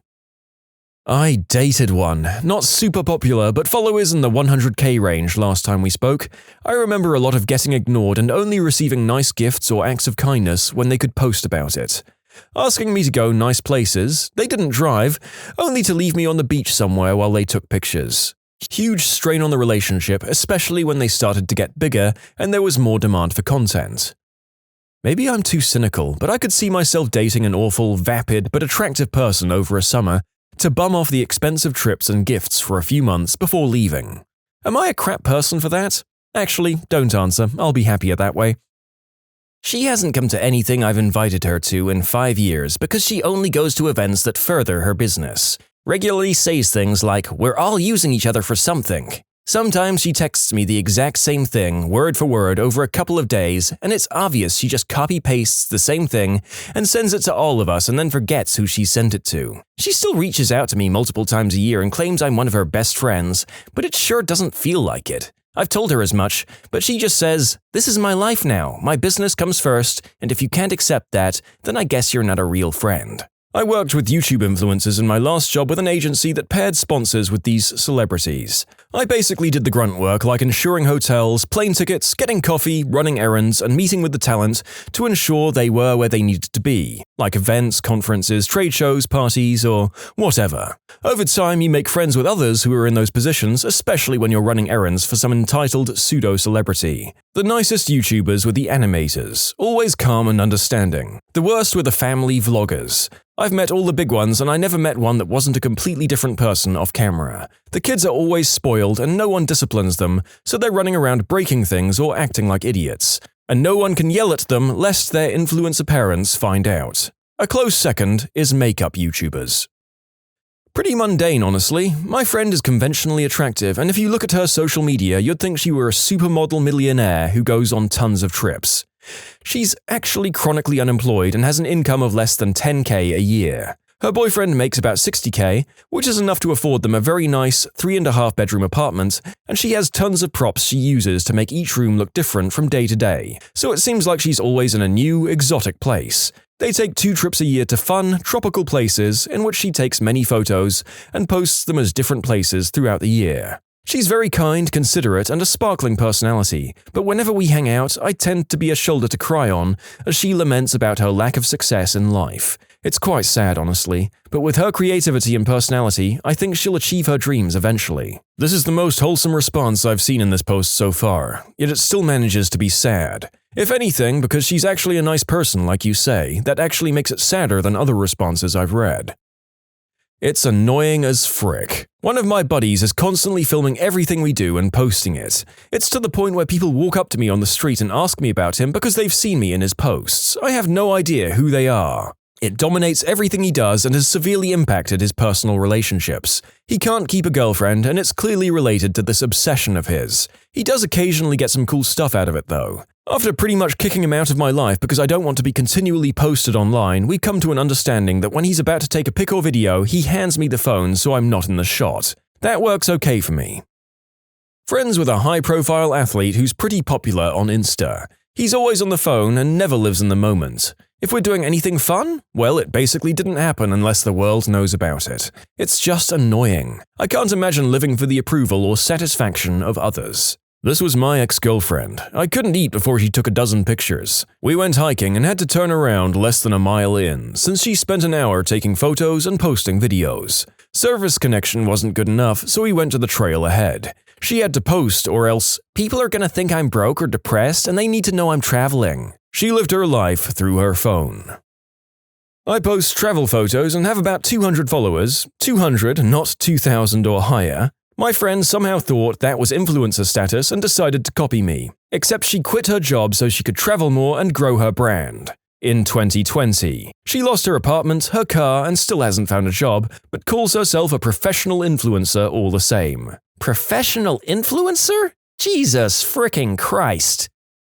I know a wannabe influencer. She'll reply to her own posts from her husband's account praising herself. Then she'll reply to those posts as herself thanking him. It's hilarious, like Inception for Facebook. Apparently this is not uncommon. I frequent a gossip blog that has a handful of crackpot commenters who, savvier members claim, have created multiple accounts to start drama and argue with themselves and others. The same individual has been accused of this multiple times, and the accusers seem pretty positive about it. It's a major disruption and a pain in the butt for those of us who just go there to read the blind items and guess the celebrity talk or some standard trash. At one point, the site master had to rejigger the whole site to implement a new commenting platform so we could self-regulate. It's a shame we lost almost 10 years of historical comments with accurate, juicy details as a result. Hey, don't judge me, we all have our weird little communities, right?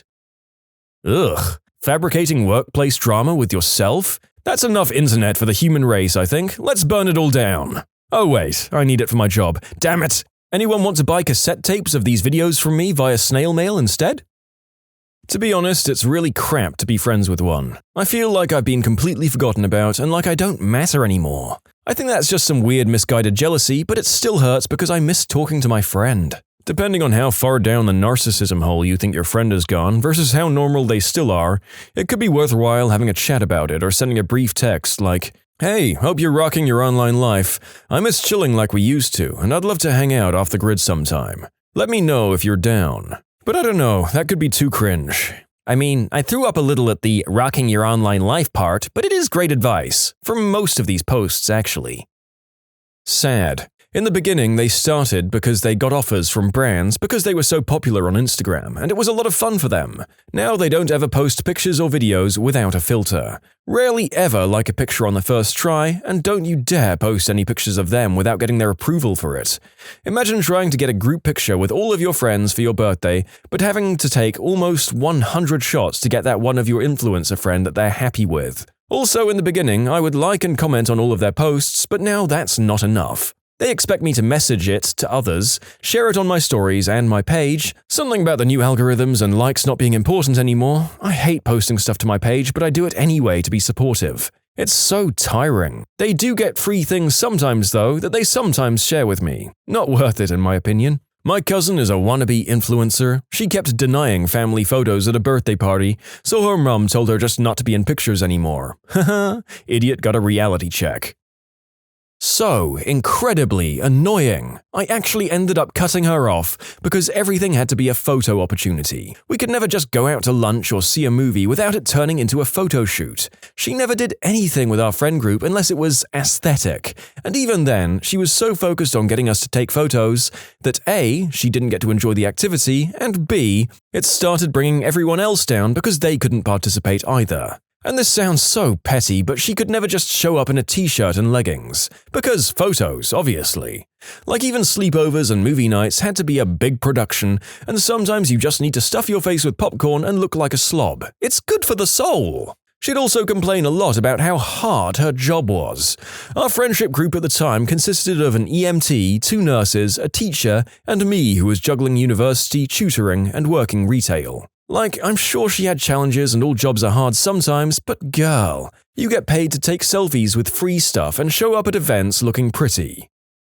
You can submit your own stories to be featured here on the channel. The story submission link is in the description below. And if you want to listen to some vibey music in the background, check out easymode, also linked below, and subscribe.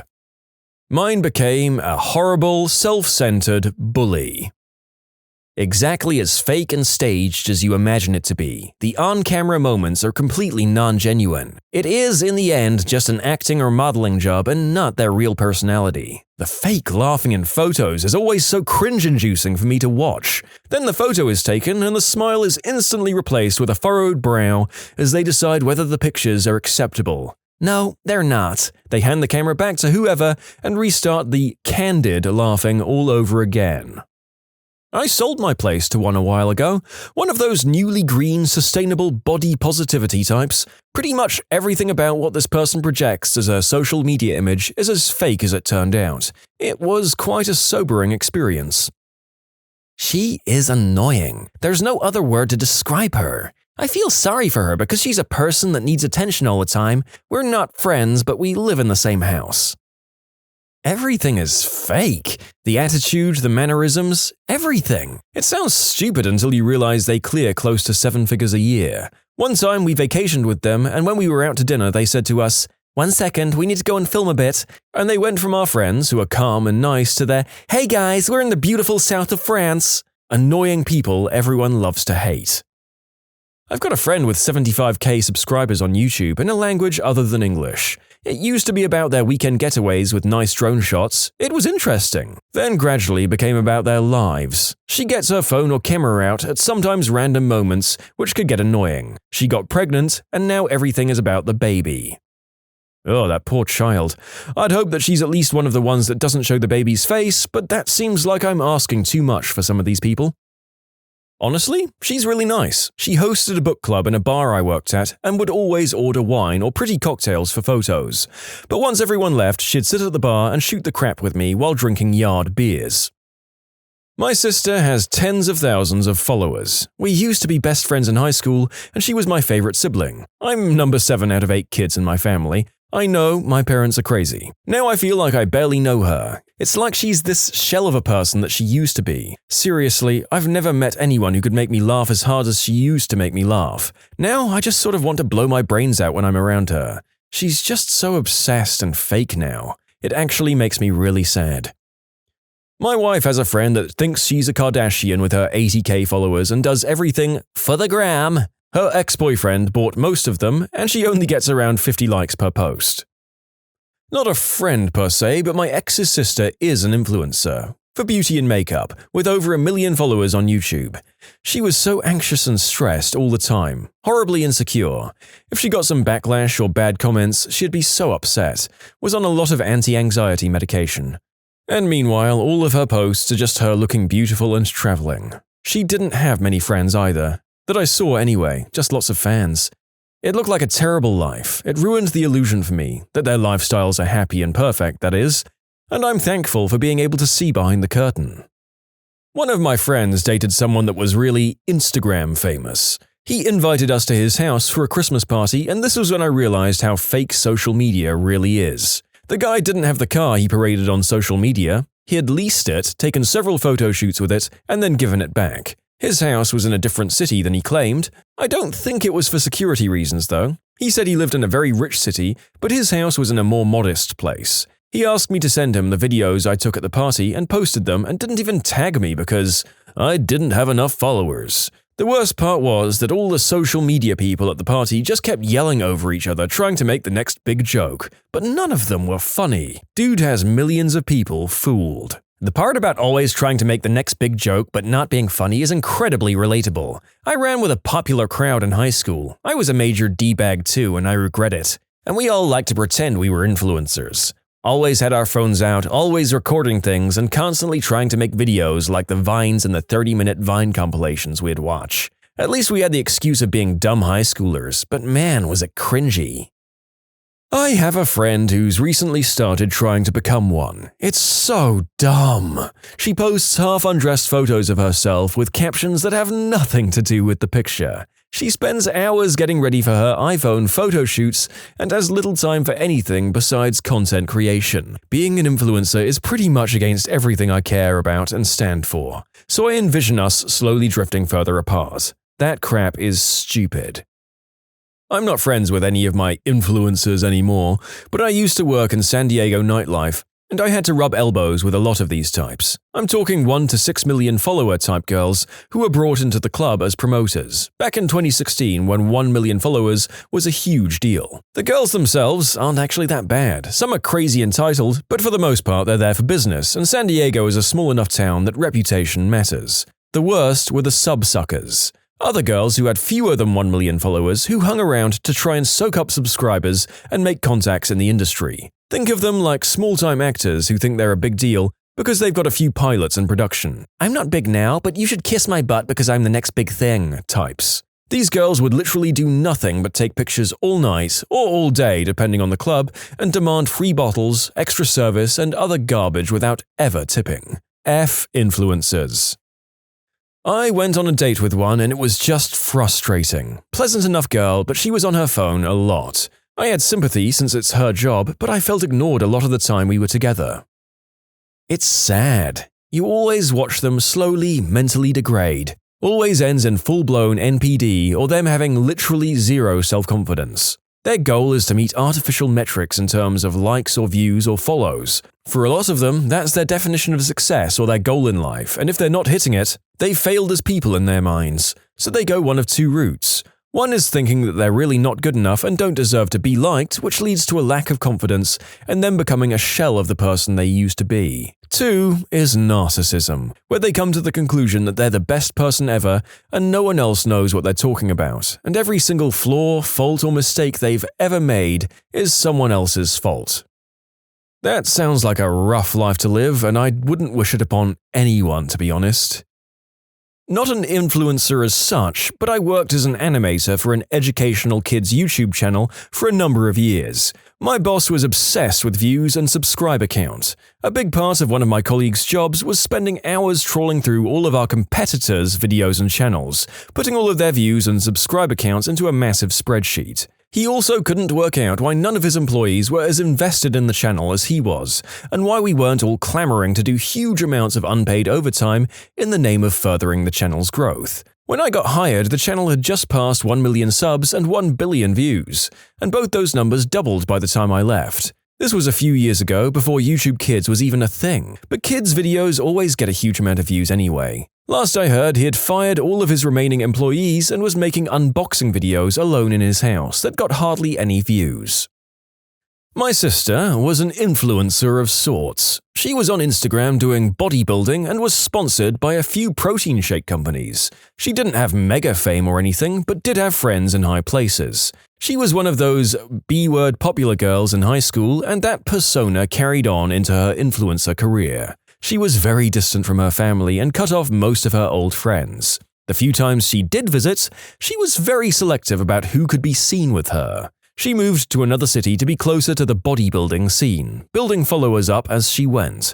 She dated some guy who gave her a lavish lifestyle for a bit, then cheated on her after a few years. Probably the entire time, actually. So she moved to the other side of the country. Continued her bodybuilding, but then decided she wanted to be a cop. They told her she'd never be a cop with a social media presence like that, because too easy for the media to use it against her, so she went home, deleted every account that day, and then went back. Now, she's a cop, and doing so much better in life than she ever did before. All of her old personality is gone, and I've never been prouder of her in my life. She's really nice now, and spends her days being a small-town cop in the middle of nowhere.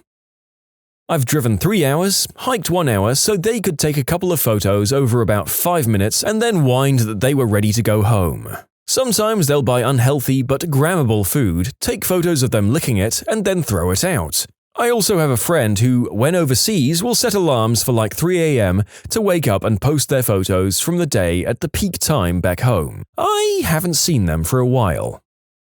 My cousin is a moderately successful Instagram model and she absolutely hates it. She hates her fans, finds them all cringy and pathetic, hates the drama, and how PC it all is. In real life, she's very conservative and traditional. Only does it because it's the only way she can make money. She dropped out of school and endorsing products and taking pictures of herself is the only way she knows how to pay rent. In real life, she's basically the complete opposite of the happy, bubbly, ditzy girl she plays online. And we often laugh over some of the messages she receives, including proposals and women angry that their sons or husbands are following her. How do people not realize it's all an act? I mean, damn, it took all of 15 picoseconds of my girlfriend showing me people she follows on Instagram to realize these aren't authentic people living realistic lives. And I'm a frickin' moron. He was cool, but at the same time, difficult. Get him alone and he was okay, but go out places with him and he started unnecessary drama and was super emotional. I ended up not being friends with him after a convention we went to because he caused a lot of trouble for me and my friends. It sucked because I was the one who intervened and allowed him to stay and all of my friends were super upset with him, so I felt like I allowed a lot of the issues. I hope he's doing okay though. What is the worst advice you've ever received in your life? Don't quit your job at Walmart. You've been here for 3 years. Just 7 more and you'll be fully vested in the company. Ugh, one thing I just remembered about that job. We had a manager who, since the time I started working there, couldn't speak above a whisper no matter how hard she tried. It had been like this for years. 2 years after I was hired, she finally found a doctor who figured out the problem. Apparently, if you're stressed out every single day for years on end, it can cause a psychogenic voice disorder. He ordered her to take 3 months off work. When she came back, she could speak normally. When I was in high school, I had a friend who was not the smartest. I remember him telling me if I didn't want to get a woman pregnant, then she should be on top so the semen can't flow up. He became a father his sophomore year.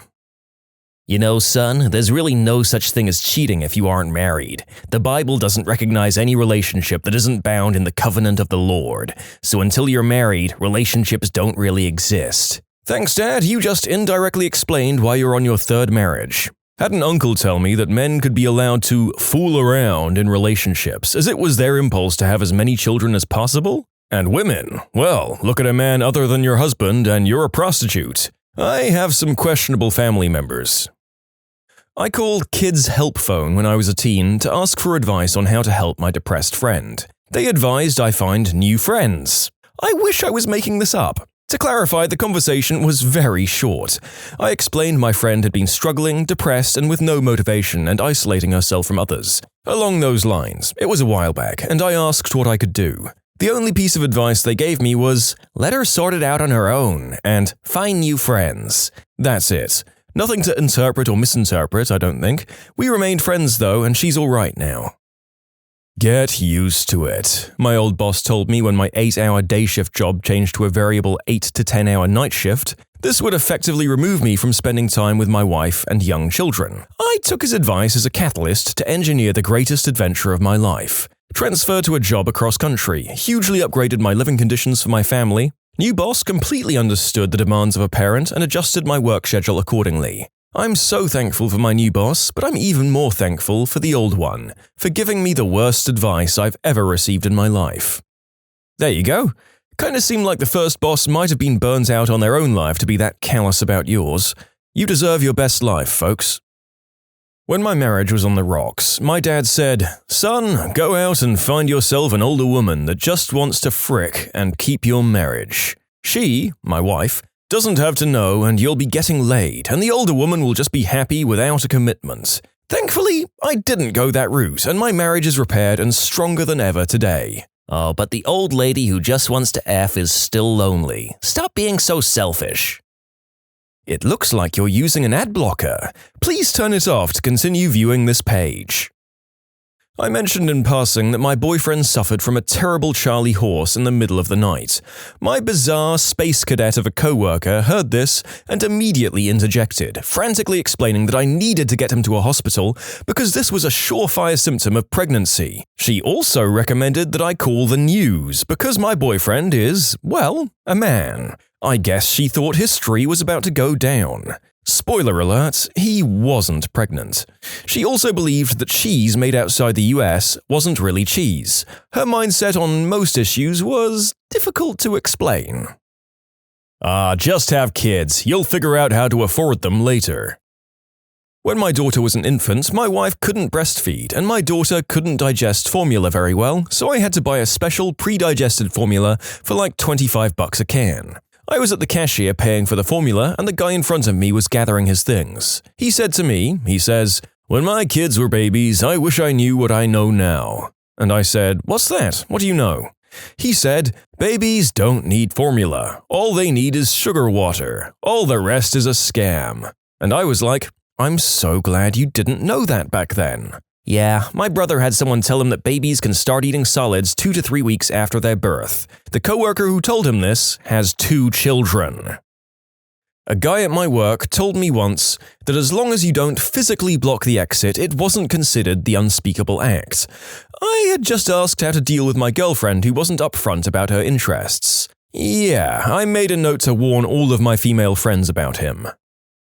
My high school guidance counselor said that I wasn't college material, and I took her advice and started the process of joining the Marines with my friends, who were also told this. My chemistry teacher at the time scheduled a substitute, personally drove me to a nearby college, and sat there with me while I spoke with admissions. Fast forward a few years, and after receiving a chemistry and chemical engineering dual degree and then going on to get a PhD in chemical engineering, I'd say that guidance counselor knew crap all.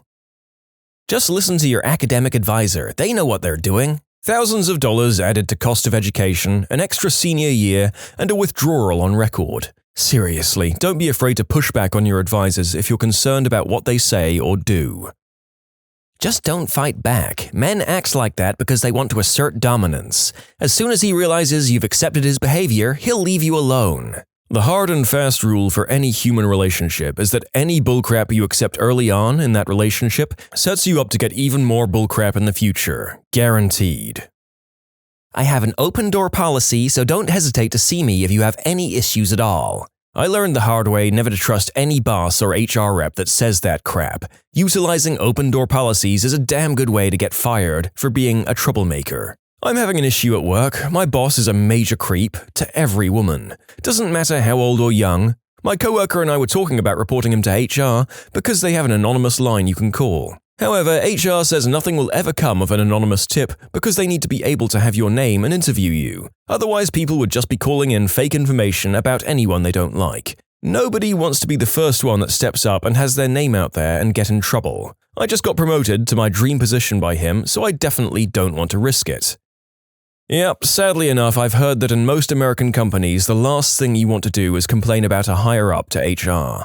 I hope that's flawed advice and that most of you find otherwise, but it's what I've heard. They exist to protect the company they work for. When I was little, I told my mom that I was sad because some kids were bullying me. She said I should tell them that when they bullied me, it hurt me inside and that they'd stop. I did what she said. This was bad advice. They did not stop. I know someone who taught her 5-year-old to tell people, "You're making me very angry." Yeah, that worked out really well. Don't go through chemotherapy, eat this nut and berry mix instead, said my younger sister when she visited me in hospital when I went for febrile neutropenia, which means no white blood cells and I had a fever. She also showed up claiming to have bronchitis and didn't wear a mask and full-on hugged me. Yeah, she's a piece of work. Even knowing what I do now about what it would do to my reproductive health, in short, permanent menopause at 26, I'd still go with chemotherapy 1,100%. I was going to die without it, with a 100% guarantee. I'd be dead by the time I turned 27. My life is more important than my ability to have children the old-fashioned way. I should clarify I was diagnosed with diffuse large B-cell lymphoma, co-classified with bulky disease, and was receiving chemo for it. The febrile neutropenia was a side effect of the treatment. Holistic people are the most fun, aren't they? This leaf from Tanzania will cure you of your life-threatening disease, and it's all natural. My psychiatrist told me I could stop taking the SNRI antidepressants I was on more or less cold turkey. It was technically safe, but holy crap, it was a tough couple of weeks. Partly because of unpleasant physical sensations and partly because it was the closest to actual crazy I'd ever felt. Buy a house in 2006. It'll be the best decision you ever make." It was the worst decision they ever made. When I found out I was pregnant with my youngest son, my mum and her boyfriend told me to abort. Not because I couldn't afford the baby or that there was something wrong with him, but because my mum was going through menopause and didn't want to be reminded that she couldn't have any more kids. "Just open another credit card. It's free money." Coming from my friend who is in thousands of dollars worth of debt and has no idea she will eventually have to pay that off. Also, another gem, this same girl thought she would get a marketing job right out of college that would pay her $70K a year, and she wouldn't take anything less because she'd be selling myself short. Don't be afraid to seek help at mental health. It won't adversely affect your Air Force career. I've been turned down for 2 amazing job opportunities because of my visits to mental health. To clarify, I'm already in the Air Force. I saw mental health for depression and anxiety-related issues, and was later rejected for new jobs with the Air Force because of those visits, despite assurances to and endorsements by several providers stating that my issues had been resolved. The last couple of years of my life and career have been immensely frustrating, and it's put me in a dark place that I haven't really been able to escape since. I'm not planning to do anything stupid, don't get me wrong, but it's hard to see the proverbial light lately. I'm not giving up. I think I'm too stubborn to do that. But I've come to realize that I'm probably going to be here for a while, so I might as well make myself comfortable. You can submit your own stories to be featured here on the channel. The story submission link is in the description below. And if you want to listen to some vibey music in the background, check out easymode, also linked below, and subscribe. In my final semester of college, my insanely jealous, distraught mother called me to make one last plea to get me to drop out. She went on to say, "What would you do if you had to watch helplessly as your own daughter threw her life away and became a nurse?" By the way, she married an elementary school dropout and was a bitter retail worker. She couldn't handle watching me be the first in my family to graduate from college and make something of myself, and she dealt with it by constantly shaming me. If I scored 99% on something, she complained about the last 1%. If I got 100%, she said I was stupid because I didn't earn bonus marks. We don't talk anymore, and I'm a successful nurse. As is tradition, I received the typical, "Well, I hope you still love her and talk to her. Be the better person," response that survivors of this kind of behavior often receive. If your narcissistic parents won't stop, there's nothing wrong with leaving and never looking back. Yes, even if it's your own mother. This is me being the better person and respecting myself and my children enough to not subject us to her behavior. Sounds familiar? My dad was a bricklayer and his dad was a fabric cutter. I got constant complaining every day about wasting time at school like a posh C-word ever since I was 16 and decided to do A-levels. When I left for university, he told me I wouldn't last a month. I started practicing medicine as a doctor next summer, and he still calls me to tell me all the lads I knew on the council estate have married and had kids and have their own cars. Yeah, Dad, I know I'd have my own van by now if I was a plumber. No, Dad, I know there's nothing wrong with being in the trades or the forces. It's just not for me. Nothing like holding your children back into the exact same path as you despite their dreams lying elsewhere. Keep it up, crappy parents. A friend of mine would always get me to talk about my relationships and would somehow twist the smallest things into seeming like they were really bad, and then suggest that I should break up with them, and I'd be like, "You're right, why am I putting up with this crap?" when it could have been something completely normal. Happened with 3 girls in a row, and it was always the same stuff he said, and I just snapped out of it one day and realized that I'd been the crappy boyfriend, and the reason it didn't work was because of how I was acting after hearing all of these things put into my head. I think he was just jealous because he could never get any girls, but what a weird thing to look back on. Engineer, salaried, married with kid. Also have a master's degree and several years of experience. Vice president of the company advised me to work at McDonald's after work if I wanted to make more money. He even took out his calculator and told me how many hours I should work. That guy was fired about a year after that for bullying employees. I tried to leave but ended up staying and turned down other jobs. Not a bad place to be for now. I spoke about it to a couple of senior executives I trusted at the time.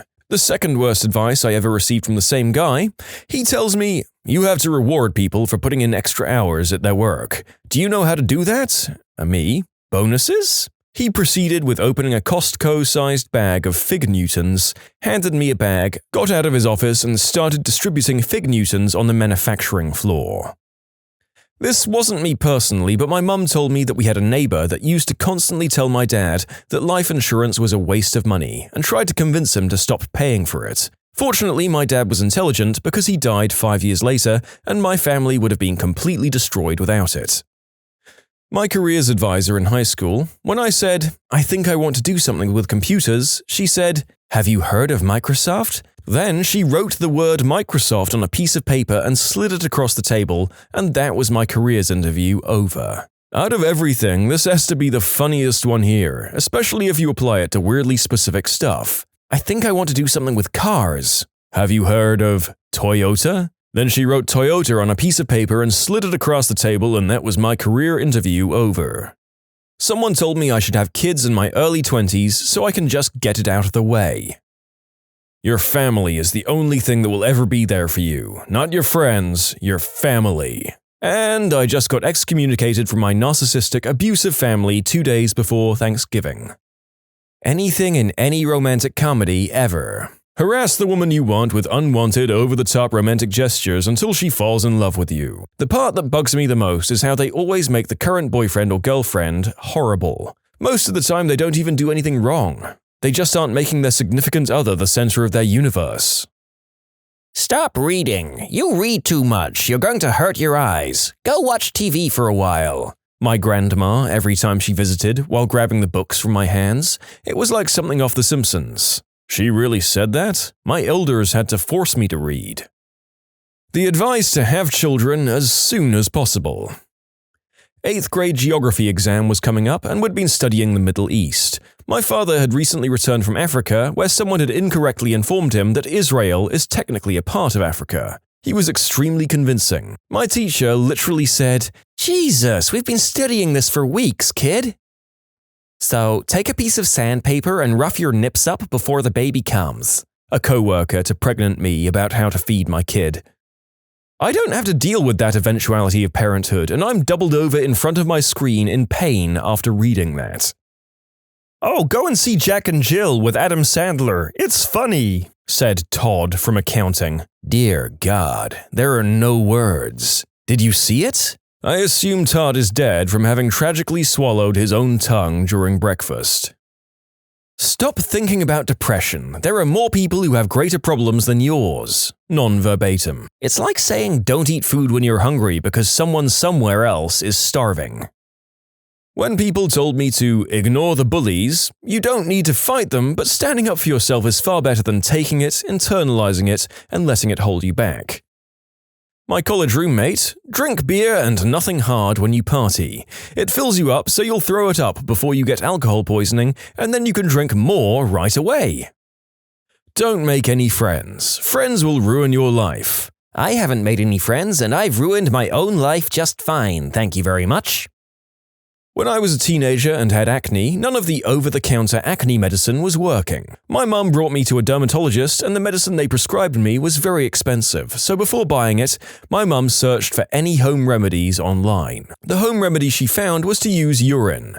The way to apply it was worse. My mum went to the store to buy supplies, and for over a month, I would pee into a diaper and place it on my face for 15 minutes as part of my morning routine. Worst advice I've ever taken. When I was about 5 or 6 years old, I was given a Superman cape for my birthday. I was told that it could make me fly. After a few days of not being able to fly, I began to ask people how to make it work. They advised that I needed to find somewhere high up to jump off of. So I started jumping off fences, trees, and then I was told I needed to jump off something taller.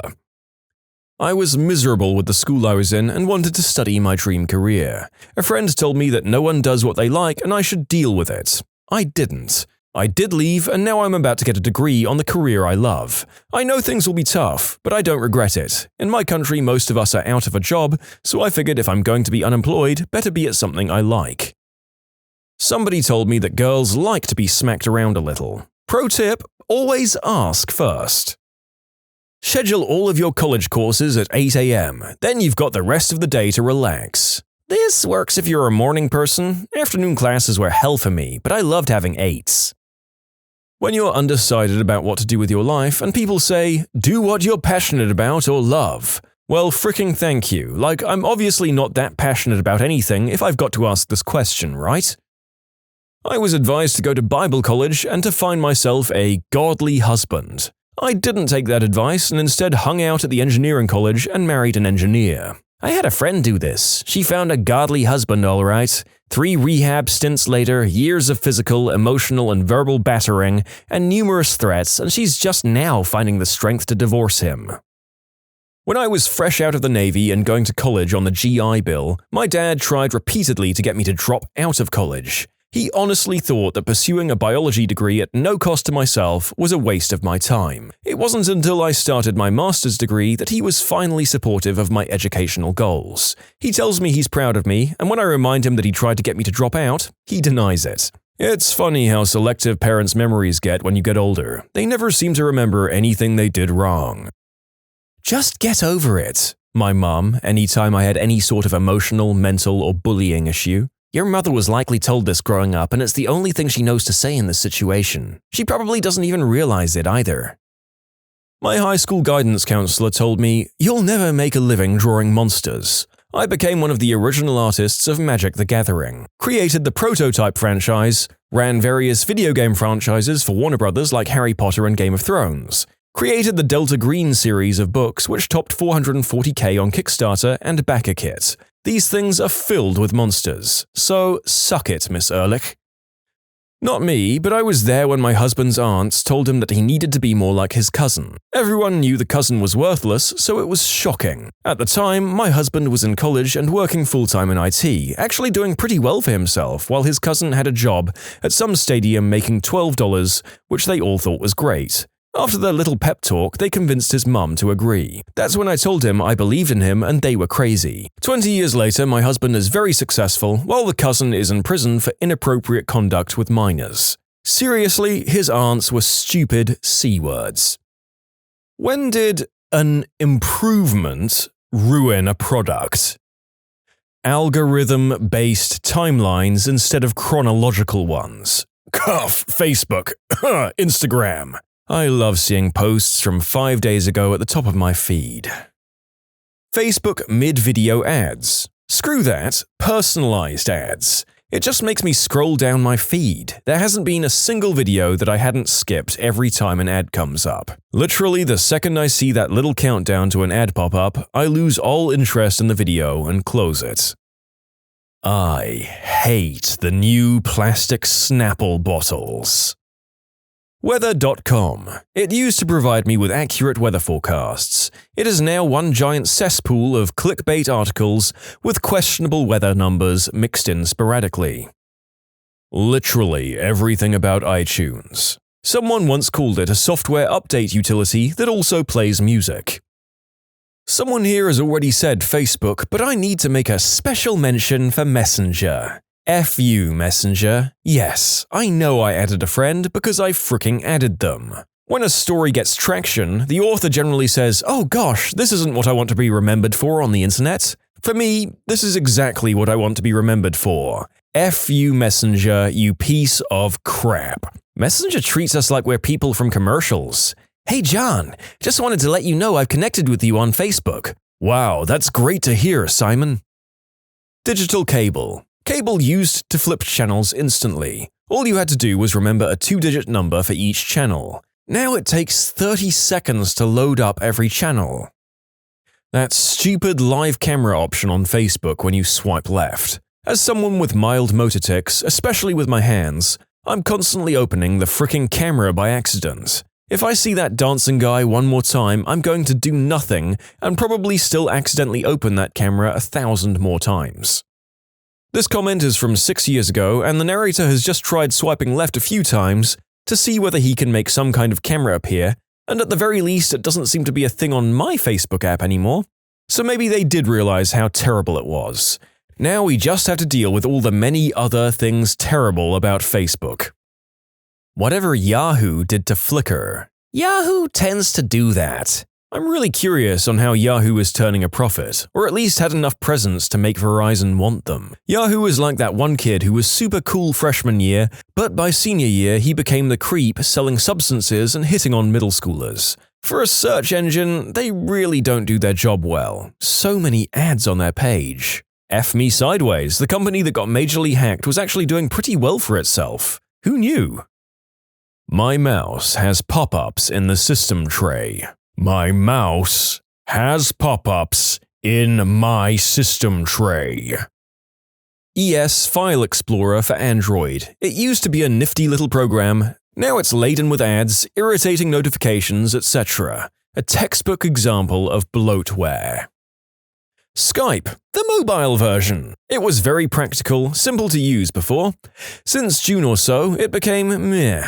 Copying Instagram and Messenger's trends with these moment things, a terrible UI, and even a lack of functionalities from the previous versions. Oh, this applies to the PC version too. Skype sucks, and Discord's got video chat now and does everything Skype did better. Honestly, the only thing I want is screen share with sound. Then I can say Skype is 100% dead. When Hulu announced they'd be updating their interface, I was excited because they have a great content library, but the interface wasn't super good. It feels like they made it worse on purpose. Its dumpster fire of an interface on Android makes me question every person who worked on it. That's how I feel about Amazon Prime on anything but a PC. I know there's good stuff in there, but it's a pain in the butt looking for it. And it's pretty awful on the PC as well. I really haven't looked over there in a while, but the last time I did, they had seasons of shows as the main content for the show instead of the show name. For example, if they had Supernatural over there, instead of searching for Supernatural and finding that show and clicking in to look at seasons, you'd find like 11 separate entries of the show listed Supernatural, season, number, all in alphabetical order. So it looked like this. Supernatural Season 8, Supernatural Season 11, 5, 4, 9, 1, 7, 6. Next page of results, Supernatural Season 10, Season 3, Supernatural Season 2, really fricking helpful all round. Subscriptions for literally everything. You can't even buy software anymore, only rent. I'm looking at you, Adobe. Torrenting Adobe products is great. No monthly fees and no updates. Pyrex glass kitchenware. They used to be the gold standard in high-quality tempered glass products. But in 1998 they changed from borosilicate glass to soda lime glass, which was supposed to be cheaper and lighter, but it's less heat-resistant and breaks more easily. Whenever a news site has a video clip embedded at the top of the article that autoplays, and then fricking follows me down the page in a little embedded window in the corner while continuing to play Frick You Go Away, and then it autoplays another video that has nothing to do with the article you're trying to read. Oh, what's that? You're listening to a music or podcast while you're reading the article? Not anymore. I'm taking over the sound. Every iOS update never fails to remove a feature I like or make something worse. Star Wars Galaxies, a great MMO that was ruined by improving it with combat and class system overhaul in order to compete with WoW. This only drove away the players and completely killed the game. They did it twice. A lot of people weren't happy with the original combat upgrade, but the new game experience really drove people away. I really liked the original tree progression system. It was a really good game before they messed it all up. Almost every news or sports website redesign that adds white space, reduces readability, and removes critical content and relevant links to provide more space for social media tie-ins, irrelevant video clips, and invasive ad space. Content is being Twitterized. I keep wondering why all these news and article sites only had a strip of text in the center 25% of the screen. Everything else was just white space. Then I saw one on a friend's computer without ad block. Holy frick, how do people stand that? When I have to use a computer at school or when a site makes you whitelist it, it's such a horrible barrage on your senses. Feels like Fahrenheit 451. Can't think about the news because Buy Pepsi is dominating your attention. Hyundai now has an alarm on the dashboard that makes a piercing ding every time it detects the roadway is colder than 40 degrees. I live in North Idaho. I would do anything to disable that fricking alarm. Anything. Whatever the frick they did with mac and cheese, the Kraft brand. I saw a commercial semi-recently where they were all proud saying that they changed the recipe and nobody noticed. Bullcrap. I fricking noticed and I don't like it anymore. didn't even notice, yeah. They didn't change it a little, it just doesn't even taste like it used to. You should check out the bulk mac and cheese powder at Bulk Barn. It's not exactly like old KD, but it's closer than the new garbage. Plus, now I can have radiatorian cheese instead of elbow noodles. The narrator did not understand any part of all this American product discussion, but figured he would enlighten any American viewers that are missing Kraft brand mac and cheese to the existence of this alternative from whatever or whoever Bulk Barn is. Is Bulk Barn a large gentleman called Barney? I'll never know. Heinz used to make hot ketchup that was insanely delicious. Then some buttwipe decided that it needed co-branding, so they put Tabasco in it, and now it's Heinz Hot and Spicy with Tabasco, and it tastes like butt. Almost all of YouTube's updates. First, the channel list update. Before you had your feed and you to your right, and all of your subscribed channels appeared on a black bar. Then they turned it into some stupid tabs thing. Probably the worst in my opinion is the comment section update. Now pressing view replies takes you to a different page with just that comment, instead of listing them right underneath the comment. Also, whenever I try to scroll through the comments, it always acts like I want to reply. Also, the trending tab and the share tab. The trending tab always has such stupid crap in it, and I don't think that anyone uses the shared tab at all. Most of these are on mobile, but if you're on your desktop, you probably won't notice them. Oh, this is easy. Angry Fricking Birds. Formerly one of the most fun apps, now ad-ridden garbage and a sign of the mobile industry. I don't even mind the ads that much if the game is free, but the energy system crap is insane. The guy who invented that and anyone who funds that behavior should be launched into the sun. Fricking garbage. Energy system? Oh god, is that as bad as it sounds? Yep. You only get so much energy per day, and when you run out, you can't play unless you pay with premium currency. So not only do you have to pay to play, you have to keep paying to keep playing. It literally boggles my mind that people actually fork over money just to play more. Yik Yak used to be a fantastic social media app catered towards college kids a few years ago. It was basically an anonymous Twitter specifically for your geographic location. It was fantastic for news and updates about campus events and seeking help or advice from fellow students. You could even view Yik Yaks at other colleges around the US. Then they decided to add optional usernames, and that started a downward descent into what was essentially a rip-off of Facebook. Users left in droves, and they shut down for good this past summer. It was a shame too, because at its peak it was a must-have for any college kid at a decent-sized school. This sucked for more than just students. I work for a university, and yes, faculty and staff downloaded the app, mostly just for a good laugh. Most of us didn't care what everyone was saying, but what it was fantastic about was an unfiltered forum for real legitimate complaints. I can think of 2 or 3 things that got addressed and resolved more or less as a direct result of the app. It always amazes me that these people are able to go from an app worth millions to killing it in a few short months. Or that whoever made the design choice for usernames wasn't promptly fired when they were overwhelmingly negatively received. Apparently, the best approach was to let them continue down that path instead.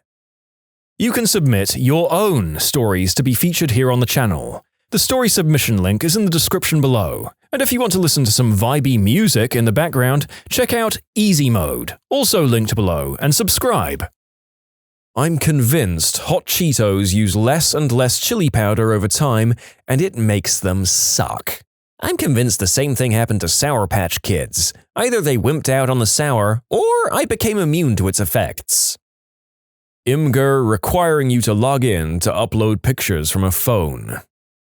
Instagram's non-chronological feeds, in my opinion. It annoyed me so much I barely use it anymore. I love checking Facebook and seeing a post from a good friend. I'm having a beer at X. Anyone keen to join me? Posted 2 days ago. Do I go? Will he still be there? Half of the practical uses of social media no longer work. This happens on an almost daily basis on Instagram. I'll see a comic post about a show happening tonight in 10 hours.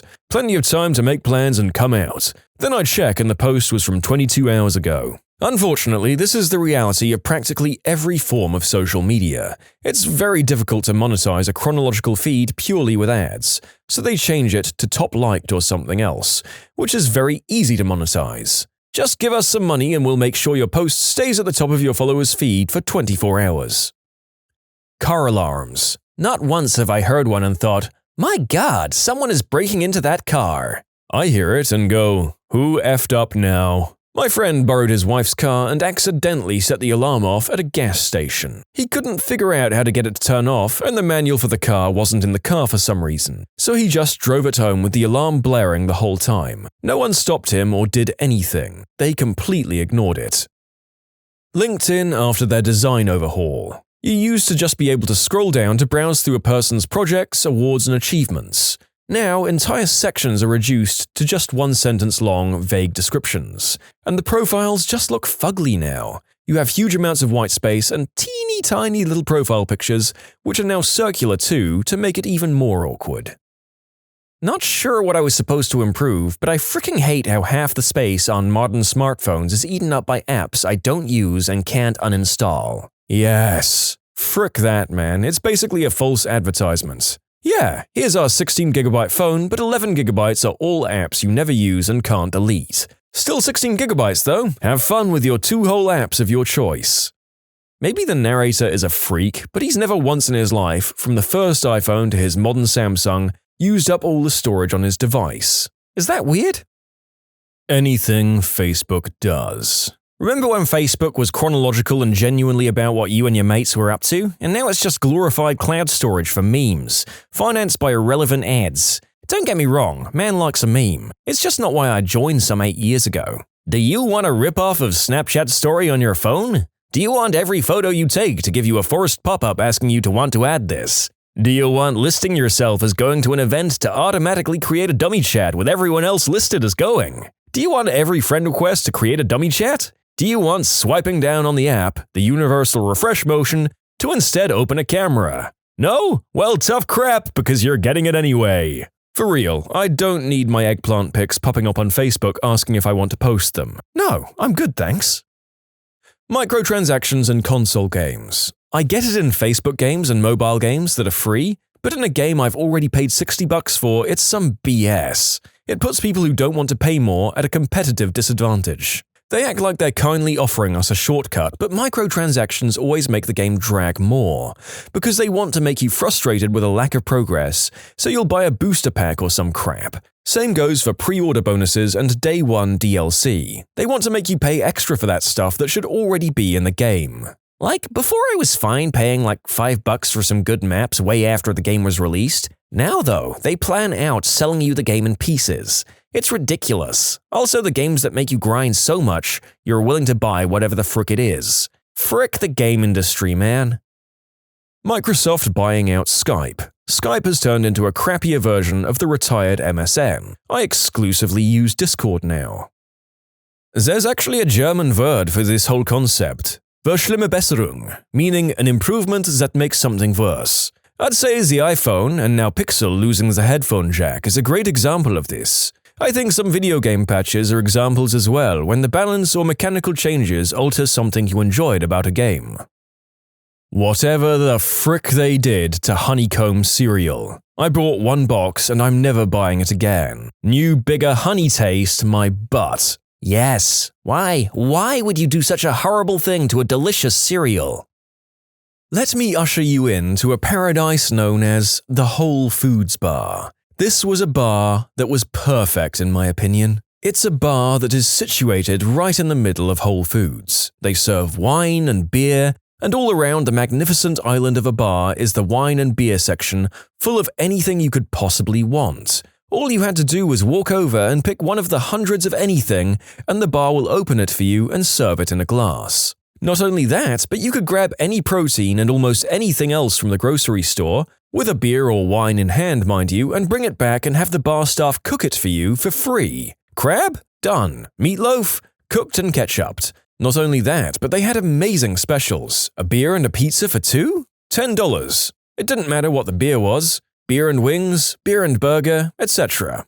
It was amazing. Awesome bartenders that knew what they were doing. Awesome patrons who were friendly. Actually got my job as an associate architect by meeting someone there. Awesome atmosphere. And while I drank, the girlfriend can go shopping and then join me afterwards. But they wrecked it. They remodeled, which is a fancy way of saying that they were removing all of the awesome things that we liked and just turned it into a smaller restaurant with 15 seats in total. You can only order from the restaurant and can't bring in grocery food or beer or wine. They turned over their entire staff, prices went up, and specials are no longer a thing. God. This is in Florida when I lived there. Also, the way I understood it, they were either profiting or at the very least breaking even depending on the time of year. I think the bar was supposed to be set up as a loss leader originally anyway, but it actually ended up doing very, very well, so they'd been talking about expanding it for a while. They first added a fee of $2.50 to cook whatever, which is fine, I understand that, but the rest of it sucked.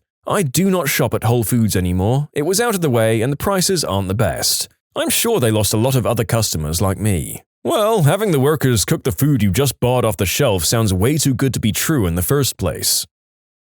Apple Magic Mouse. When you could use AA batteries, it was perfect. Then they swapped that for internal rechargeable batteries. Okay, so far so good, but then they put the fricking charger point underneath the mouse. Some F-wit designer at Apple didn't want to put the charging point on the front of the mouse so that you could actually use it while it charges, because people might end up using it as a corded mouse. They deliberately disabled the mouse for the entire time you have to charge it, meaning you have to use a second mouse while you charge it. Unbelievable.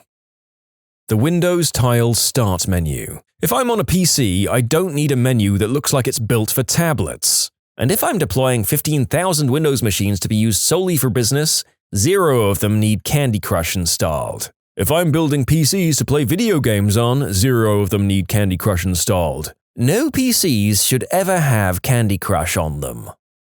Keurig Cup verification. Every time YouTube changes its layouts. I rage every time, yet I can't even remember what the last layout looked like. Every update from Outlook or Hotmail in the past few years. iTunes used to be awesome, but literally every update to it has left it worse and worse. The last non-horrible one was in 2013. They've made it so much more complicated to download old CDs and then put them in a device. Guys, I'm not rebuying hundreds of albums again. Quit being jerks. I remember when iTunes let you stream your library. You could go to work and just connect back home and listen to all your music. It was amazing. Yeah, we built up libraries based on our friends' libraries and just had mega collections, but it was amazing. I don't even know if they do library sharing anymore. Shapes. It's a national meme in Australia. The new ones are absolutely disgusting. Fortunately, they decided to restock the old ones. Thank God that some companies have humans running them. I remember living in the Southern Hemisphere, and along with Tim Tams, shapes were a culinary highlight of existing there. Glad to hear that they heard sense. Netflix changing their ratings from stars to match percentage. I hate it. Also, when you're looking at titles, the trailer starts playing right away. I hate that too. I hate the percentages too, but even worse, the plots they give. She never knew that becoming herself could change everything about the world around her. I just made that up, but that's basically the amount of information they give you about almost every movie. And yet they have no problem showing plot-sensitive information in the little trailer reel that autoplays without a choice in the matter. I get that there's a statute of limitations for spoilers on old movies, but come on! There's an award-winning trilogy on Netflix with a character who dies in the first movie, and yet they show up in the first clip of their stupid autoplay reel for the second movie. Like, oh geez, I wonder who comes back to life now. I'd be annoyed if I was watching those for the first time. UIs that have all of the options and buttons tucked away to make it look clean and minimal. It's like every designer is afraid of showing users more than 8 buttons at a time, even if it isn't practical. CNN and BBC autoplay videos. CNN is particularly egregious because the video follows you as you scroll through the article. Replacing the waxed paper wrappers on Reese's peanut butter cups with plastic ones prevented them from drying out, but it also made them wet and oily. Give me the old, slightly crunchy, slightly bloomed version any day. Also, Hershey's chocolate bars are nothing like the ones from the 1970s, partially for similar reasons. Removing the broken footstep tracker in Pokemon Go. It worked originally, so instead of fixing it, they spent months making a crappier one. That whole app is filled with improvements. They were so focused on adding codes to prevent third-party tracking that they made the game unnecessarily more demanding on your hardware. Walks out of a building? Are you a passenger? Switching Coke from glass bottles to plastic. Plastic is the worst when drinking it. Glass is the best and keeps it cooler. Aluminium cans are second best. Plastic last by far. Costco smoothies. Growing up, they were amazing. Suddenly, this year they came out with a healthier version that tasted like crap. Such a bummer. Why did they do that? Obviously, this 2-foot-long hot dog, greasy pizza, and syrupy smoothie isn't healthy. What in the frick? What family secret was finally spilled in your family? That my parents had to get married. They'd always told us they got married in 1961, but it was 1962, 3 months before my sister was born. What's amusing is that my father was an accountant who was insanely fast with math. Whenever he was asked how many years they'd been married, he'd be off by 1. My mother would correct him through clenched teeth, and then my father would nod and agree. When my paternal grandfather died, the federal government reached out to do a state funeral. He had been career Army and a colonel, so we didn't question it. Then the funeral came and they went all out. Huge procession, people showing up who were really big names, like heads of departments, senators, retired senators, people from the CIA and State Department. It was nuts, and we were all super confused. Turns out he was a key dude in the OSI during World War II, and when the OSI splintered into the CIA and Secret Service, he went the Secret Service route. He wasn't on White House detail, but instead worked in a covert office that dealt with counterfeiting and currency. He went blind when I was a toddler and retired from the Army. For whatever reason, he told no one about all his covert work with the OSI and Secret Service, and the only person who knew, my grandmother, was sworn to secrecy and never told anyone. My father grew up thinking he was just a colonel working on base. Only after his death were we given all sorts of cool crap like publications by him, lectures given by him, and all kinds of things from various things he did and was known for. All I knew him as was a blind old man who was perpetually smoking, drinking, and being a crotchety geezer. Turns out he was a bad mother effer, and all but none of us knew. My great-grandmother wasn't actually Mexican, but was rather adopted by a Mexican family from a Chinese family who was being kicked out of Mexico when railroad construction was over. She always had more typically Asian features but only spoke Spanish and it was never really questioned. 23andMe is a hell of a thing. My mother is kid number 7 out of 10. My aunt, kid number 4, who was born in 1945, did her DNA test and found out that she has a different father from everyone else.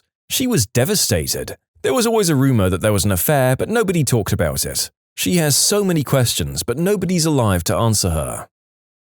My grandparents are first cousins. An uncle on the same side of the family is in prison for the assassination of a Mexican presidential candidate in the 90s. His family still says he was framed and is innocent.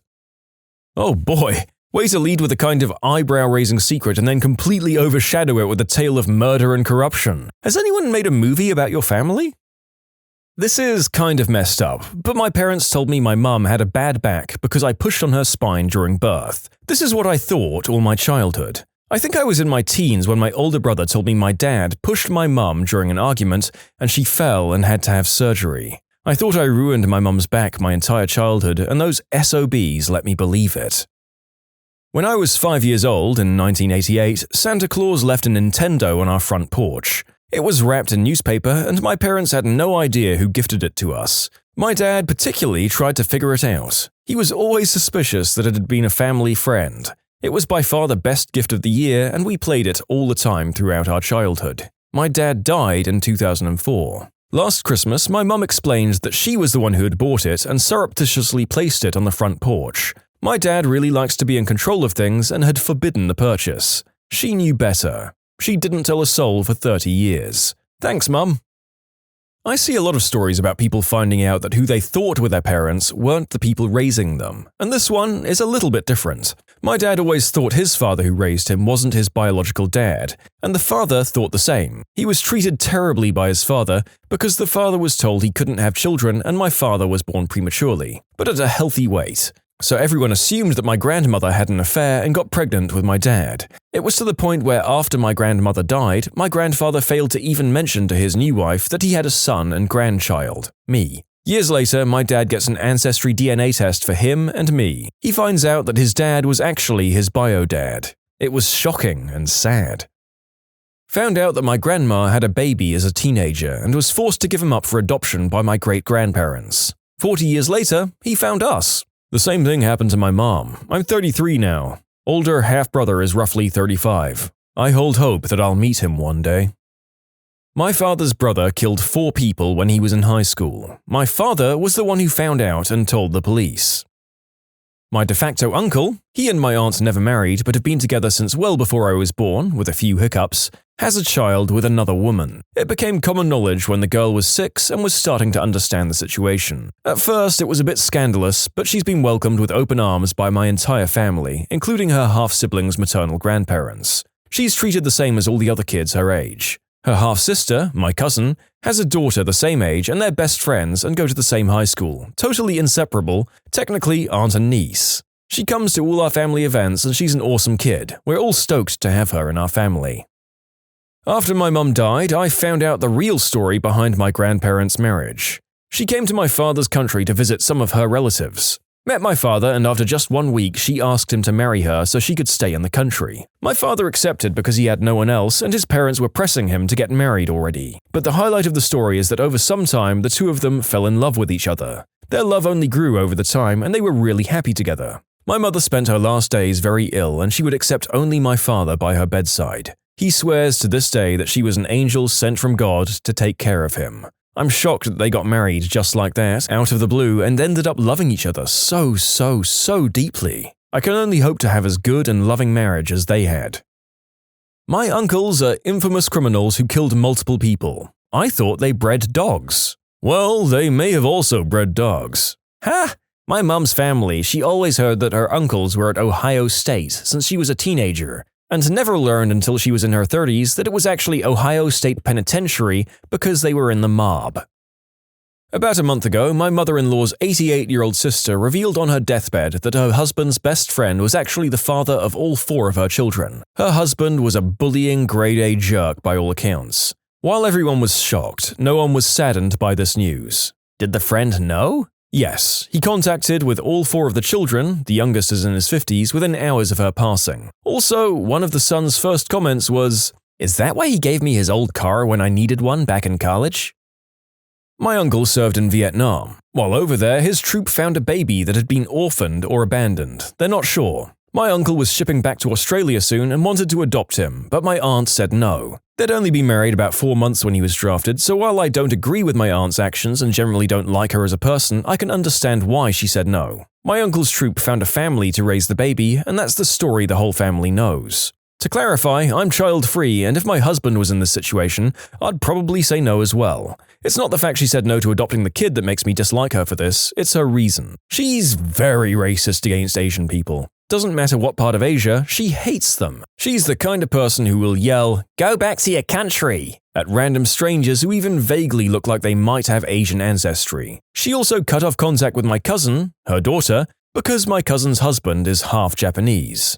She said in front of my family with no shame that if the kid hadn't been Asian, she would have said yes to adopting him. The secret is that my uncle and some other guys from his troop stayed in contact with the family and the kid, sending them money every month to help raise him and then help him go to university, and eventually helped him and his adoptive family move to Australia in the late 90s. My aunt and the rest of my family had no idea all this time. It only came out when my aunt and uncle divorced in 2017 and she had a forensic accountant go through their bank records. She worked at a bank for like 40 years and always noticed the money missing, but his reasons were always justified. Since we all know now, my uncle has introduced some of us to this guy and his family. They're really lovely people.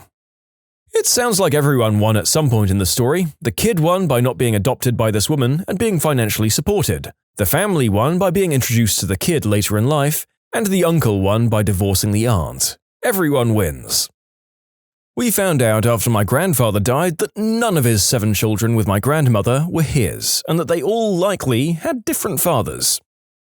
I only just recently heard about this, but my grandmother had gotten a little drunk with my dad and brother a month or so ago and started talking about our great-uncle Ferber. And from what I heard, he apparently killed quite a few people and buried them on some family-owned land in a swamp.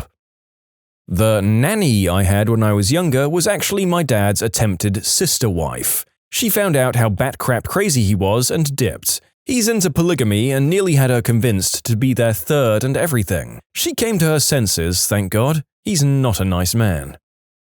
My great-grandfather didn't die of cancer. He died from complications after being shot when one of his businesses was being robbed. Or so we'd heard. He also spent a lot of time in Atlantic City. He also had a lot of partners in Teamsters and other unions in coal country. Also, everyone called him Smiling Tony, but his name wasn't Tony. He died in the 60s, long before my time, but when my great-grandmother died 20 years ago, a very old guy showed up to the funeral in a white suit and all of the oldest people in my family kissed his hand. When I asked, no one knew who he was. My grandfather moved his family away from central Pennsylvania in the late 60s and disconnected from all of this. But there it is. I always wonder how long it will be before my neighbors figure out their daddy is a dealer or a little crooked. There was that one time in Christmas he got shot in the leg stealing from a farm and hobbled around for weeks. He's trying to go straight right now. I heard an absolute blowout fight like 2 months ago. As soon as the bigger kids left with the grandparents, the missus was smoking ice in the house, and he screamed at her about not doing that in the house, not wanting the kids to see. You can submit your own stories to be featured here on the channel. The story submission link is in the description below. And if you want to listen to some vibey music in the background, check out easymode, also linked below, and subscribe.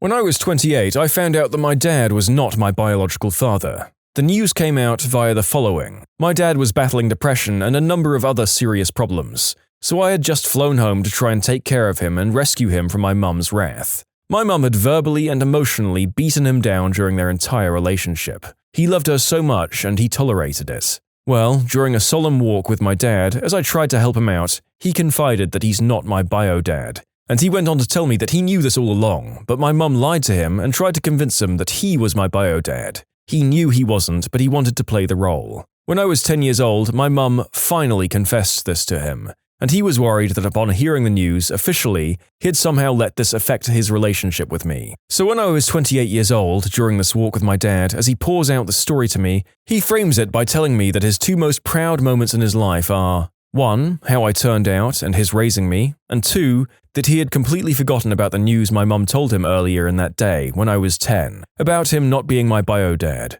and that it was only upon tucking me in at night, when I was 10, that it briefly crossed his mind. It was at that point that he knew nothing would ever come between us and our father-son relationship would be as awesome as ever. He also confided that my mum did hard substances while pregnant with me, and this broke his heart to witness firsthand. They were very poor. My dad grew up in a foster home without parents. My mum grew up with 6 siblings and ill-equipped parents. She dropped out of 9th grade, whereas all of her other siblings dropped out earlier. Many of them are barely literate. I'm now mid-30s and tragically, my dad ended things in mid-March 2020, right as COVID was hitting. I was out of the country at the time, but immediately flew 30 hours, 30-minute layover, and made it in time for his funeral. I do everything in his honor. My grandmother recently died. She was famous in our town for her amazing cooking and catering, in particular her turkey dinners. Notably, her gravy was absolutely amazing, so delicious. She had a heart attack several years ago and her near-death experience convinced her to share some of her secret recipes with me, all except for her gravy recipe. When she died this spring, I was going through her pantry and found an entire bucket of KFC gravy mix. She was literally using KFC gravy mix as a base to make her incredible gravy. Huge scandal. Faking gravy has got to be the most charming family secret out of all the horrible crap in this story group. My great-great-grandfather was exiled and banned from Missouri for being a sheep thief. We went to my grandmother's for Christmas dinner like we did every year, and my uncle drank too much and kind of hinted that he had an affair with my mother. A couple of months and 2 DNA tests later, we found out my sister is actually his daughter. My dad never spoke to his brother again, and of course my parents got divorced, and I needed a lot of therapy and chocolate. God, we're trash. Great-grandparents' 60th anniversary party at a hotel ballroom, with my cousins and second cousins who hadn't seen each other in years. My mum and I were talking to my grandfather. My mum said, "Wow, I haven't seen Chuck, Fred, and Claire in years." Me? "No kidding. When do you think we'll get a group this big back together again?" Mum said, "Gramps' birthday is in 6 months. We'll see some people then." 6 months? Isn't it his 60th? There was a long silence, and then Gramps said, "Huh, I never thought about that." My grandfather was 60 when he realized his parents had a shotgun wedding. I was 35 when my mother finally admitted to me that she had been lying about who my birth father was. She waited until after I'd reached out to his other children, and we all thought we were siblings. He later confirmed I wasn't his. She refused to tell me who my biological father really was. When my sister was diagnosed with cancer and her survival chances were low, it inevitably came out that she wasn't my sister. My parents must have felt we should all know the truth just in case. She survived treatment and will always be my sister. I found out my uncle is actually my brother, but my mum had him when she was so young that my grandparents raised him. Due to 23andMe, my dad learned that his recently deceased father wasn't actually his bio-dad. It wasn't a situation related to grandma cheating either, it was a donation, so they knew this was the case his entire life. Pretty crazy that they never told him. His parents didn't pass until he was 65 years old. Talk about a curveball. Well, we all knew that there would be a bunch of infidelity and surprise relatives in this particular story grouping, so excuse me for choosing one of the few that wasn't depressing. My mum and older brother are not biologically related to me. My bio-mum died sometime after I was born, leaving me, my sister, and my dad behind. My brother was the one that told me. My parents never told me because they wanted to protect me from the truth, but my brother thought that was a bullcrap reason for me not to know. I don't know if my parents know that I know the truth, but I don't want to bring it up either. My mum had immigrated here along with my older brother when he was a kid. My dad also immigrated here, and my sister and I were born after he came. I don't know much about our family history beyond that. My brother revealed this info when I was about 18. He isn't the type to lie about something like this. He also said my sister is apparently aware of the truth because she has a memory of my bio-mum being in physical contact with her. I don't think too differently about my family because of this. My mum is still my mum. My grandma didn't drive. I thought she couldn't, but it was just never discussed. One day when I was maybe 7 or 8, I'd been trying to get anyone, to drive me to the store for candy. We were visiting my aunt and uncle. Grandma lived with them. They had bitter honey at the local store, which I could no longer get at home. But no one would take me to the store. Finally, I said I'd just ask Grandma, and my cousin chimes in with, "Grandma can't drive." "Oh, you bet your sweet butt I can drive, they just don't let me." Grandma had overheard and she was in high dudgeon. But that's all that was said about it, and my aunt finally took me to the store, so I forgot about it. Years later, when I'd just gotten my license, I asked my mum what was up with Grandma not driving. She explained that during Prohibition times, Grandma bootlegged alcohol for moonshiners. She was very successful at it. She was so successful at it that when the moonshiners were finally busted, even though the revenuers never caught my grandma, her license was suspended by the state to never be reissued. Later in life, she was told she could petition for it back, but it came with an admission of guilt or some such. She told them to go to hell. The scars on an elder family's wrists were not from a botched attempt at their own life. They were from her mum trying to protect herself and her kids from the approaching Red Army. That was at the end of World War II in Germany. This made it so much worse. My dad fathered a child in high school. His side of the family knew, and my mum. We found out years after he had died that we have a half-sister. Here's how we found out. Dad got a girl pregnant and she decided to go it alone. She moved across the state and had my half-sister. She met a guy, married, and he raised her like she was his own. They had no other children. She didn't reveal my dad's identity until after he died. Apparently she contacted my grandma and mum, but they kept it from us. Years later, half-sister has a kid with medical issues and needs to know the family medical history. She contacts mum and grandma, who again don't tell us. Meanwhile, after Dad died, my uncle had prints made of a favorite picture of Dad. He gets them framed and gives them to all us kids as well as my grandma, aunts and uncles. Mum gets a picture to our half-sister after their secret meeting. Fast forward another few years, my brother and his roommates live in a large nearby city and hit a bar and pick up and bring home some ladies to sleep over. The next morning, my half-sister sees a photo of my dad on the mantle, turns white and asks, "Whose picture is that?" "That's my roommate's dad. He died a long time ago." "I need to talk to your roommate." She lived her entire life across state, hundreds of miles. Her friend was going to school in a large city near our hometown. She was visiting and they decided to go to a bar. They got picked up by my brother and his roommate. That's how we found out. My brother went to my grandma and asked. After my grandfather passed, we found out that he had fathered a child when he was posted in Italy during World War II. He never knew. His mother intercepted any letters from the Italian girl. He came home, met and married my grandmother, and had 4 children. I forget who in the family found out and how. It's crazy to think that we have a whole Italian family out there. My oldest aunt is 77, so this kid would be at least 79 by now, I would think. We've considered doing the DNA testing, but some family members aren't comfortable with how those companies could use the information. It's a really sad story, but if his mother hadn't intercepted the letters, I wouldn't exist. It's a weird place to be in emotionally. My sister cheated on her husband throughout her entire marriage to the point that all 3 of her kids have different biological fathers. That my grandfather was an atomic soldier. Instead of sending him to fight in the Korean War, they sent him to Nevada, where, after having him turn away from the initial flash, he witnessed the mushroom cloud. After that was over, he was ordered to march to the detonation point, where he was unwittingly exposed to high amounts of radiation. Luckily for my family, my grandpa is now in his 90s, even after a few cancer scares, and the rest of us, my mum, aunt, cousins, sister, and I, are cancer-free and fairly healthy. But this is medical information that we really should have known earlier. What budget purchase ended up being your best buy ever? I was traveling in Japan and needed nail clippers. All I could find is this cheap pink Hello Kitty grooming kit. These clippers are the best I've ever owned. They have stayed sharp and functional for 20 years. I'm very protective of them. Everyone in the house knows you don't touch Dad's pink Hello Kitty nail clippers. And if you do, you perish.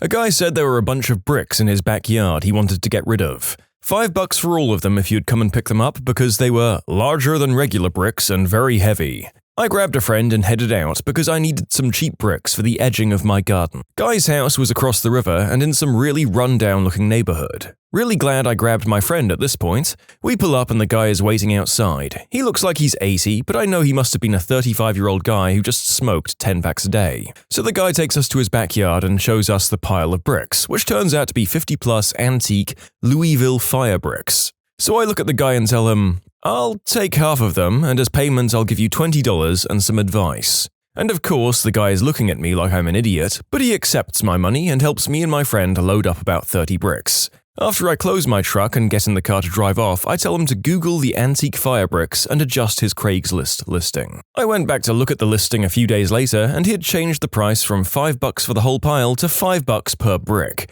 which was the going rate at the time. Nowadays, they go for $20 per brick. Best buy ever. A seed packet from the dollar store. While in college, my boyfriend and I were broke. Really broke. But I still wanted to do something to celebrate spring. We were getting a few cheap things at the dollar store when I noticed they were selling these seed packets from a big old bin that you had to dig through. 4 for $1. No tax. I immediately begged to buy one despite our strict budget. Boyfriend was incredulous I'd want to buy sketchy seeds, but dutifully handed me a quarter. I ended up picking out tomatoes. Well, we got home and I carefully placed about 3 seeds in washed out cans. I watered them and watched them sprout. I loved tending to my little garden. I ended up with 3 beautiful, huge tomato plants. It was a bumper crop, more than we could eat. I sold the extra produce to my classmates. I made about $25. Good seeds. For the umpteenth time, the narrator is resisting the urge to buy a plot of land, some seeds, and live out his Stardew Valley dreams. Not yet, not yet. My dad bought me a flannel jacket for $2 from the equivalent of a dollar store in 1994. Wore it for everything you can think of. I wore it yesterday. Still going strong after 25 years. It's amazing that the jacket held up, yes, but special kudos to you for still being able to fit in it for 25 years. I was traveling from a different city straight into work, where my uniform was a white shirt with a conspicuously black bra. Wasn't stopping home, so I did stop on the first corner store I found and bought a $5 white bra that looked roughly my size, as they had nowhere to try them on, just to wear for one night at work. 10 out of 10, comfiest bra I ever owned. Wore it every day of my life for about a year. It gave in at some point, but it was still a $5 bra. But gosh darn, I dream of the day when all of my bras fit that well. I too have a bra of mystery. First strike, I brought it from a grocery store. Second strike, it was marked down to $2 and plastered with stickers reading, "Final sale, no returns. We're not liable if this kills you. I'm sure there are people who love you," and the like. Third strike, upon ringing it through, the cashier did a double take at the screen, looked at me with great concern, and asked if I was sure I wanted to buy it. After failing to self-combust and send me straight to hell, it wound up being one of the nicest bras I ever had. Wore it for 2 years before the inevitable underwire chest shanking. I still wonder what they thought was wrong with it. I was giving these college-aged women a lift ride. One asks how that Craigslist thing went, so my ears perked up. The other says something like, he complained it went back too far, just don't put it back so far, duh. Eventually I deduce that they're talking about a recliner, which I've been looking for one for some time now. I interject and ask about it. The lady has a Lazy Boy electric recliner she just wants $20 for. I'm like, listen, I know it's sketchy, but if you've got Craigslist randos in your house, Lyft at least gave me a background check. We pull up, I end the ride and follow these ladies into their house. I knew I wanted it as soon as I laid eyes on it, so this college chick is helping me stuff a recliner into my back seat, and all I can think this is how Buffalo Bill kidnapped that girl in Silence of the Lambs. $20 for a recliner so lazy it reclines for me. The seller listed several 2-month-old kittens on Craigslist, first come, first serve. We pull up to an area of town known for its high crime and substance addicts at like 11 at night. Seller plops this impossibly tiny kitten into my hand wordlessly. She was only 3 weeks old, and the seller gave us some crap about how her sister's cat just had kittens, and she didn't want to make a whole new post about it. Kittens were listed for $10. The seller was asking for $15. All we had was a $20. I looked at my now fiancé, and we knew no one else was going to take care of this cat. We drove that kitten home in a laundry basket. Nearly 3 years later, that kitten is attached to my hip, and I can't think of a better $20 investment. I too bought my kitty for $20 on Craigslist from a legit crystal addict. I'd never had a cat before, and this little meow factory has been my best friend ever since. A no-label old beat-to-crap vinyl acetate record with handwritten, "That'll be the day," on it, paid $1. Ended up being a live Buddy Holly recording. I sold it for $970. I bought a blanket in Mexico in 1986 for $5. I still have it and it's super soft and comfy. It's been abused, washed, and other things, and it's still in great shape. $12 rain boots at Value Village. I've thrashed these things living in rural Alaska, and they're still totally watertight 2 years later. Stain removers from the dollar store are surprisingly effective. I bought a tub of toothpaste called Right Clean, and then when I looked closely, the cap said Colgate, so I'm guessing companies sell their excess supply to dollar stores and just relabel the contents. I work as a day laborer at a plant that made mayonnaise. We probably made 30 different brands of mayo, from store brands to national brands. They would stop the filling machine, we would change the bottles, caps, and labels, then keep right on running, putting the same stuff out of the same vats into all the different bottles. I heard the same thing from a person who worked in a green bean factory. They'd just slap a different label and keep it rolling. I bought a small turtle from a gas station in Florida when I was in the 1st grade. Max proudly lived until the end of my senior year.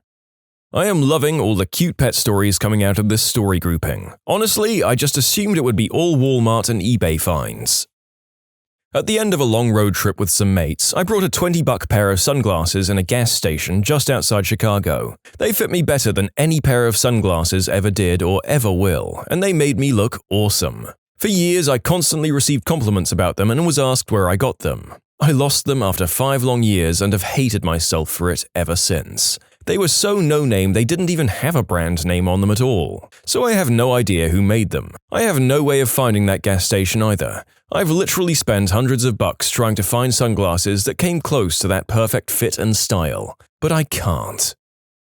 I randomly found a wedding videographer online and booked him for a very affordable rate for my wedding, assuming it wouldn't be very good quality. 2 weeks after the wedding, he emails me a high-quality, well-edited video. He had a drone I hadn't noticed because he was outside of the venue getting B-roll with it before I even started getting ready for my big day. I was floored, and now I recommend him to everyone who ever plans to get married, ever. To update, he's definitely upped his prices since then, and rightfully so, because he does great work. He did the videography from my wedding last summer.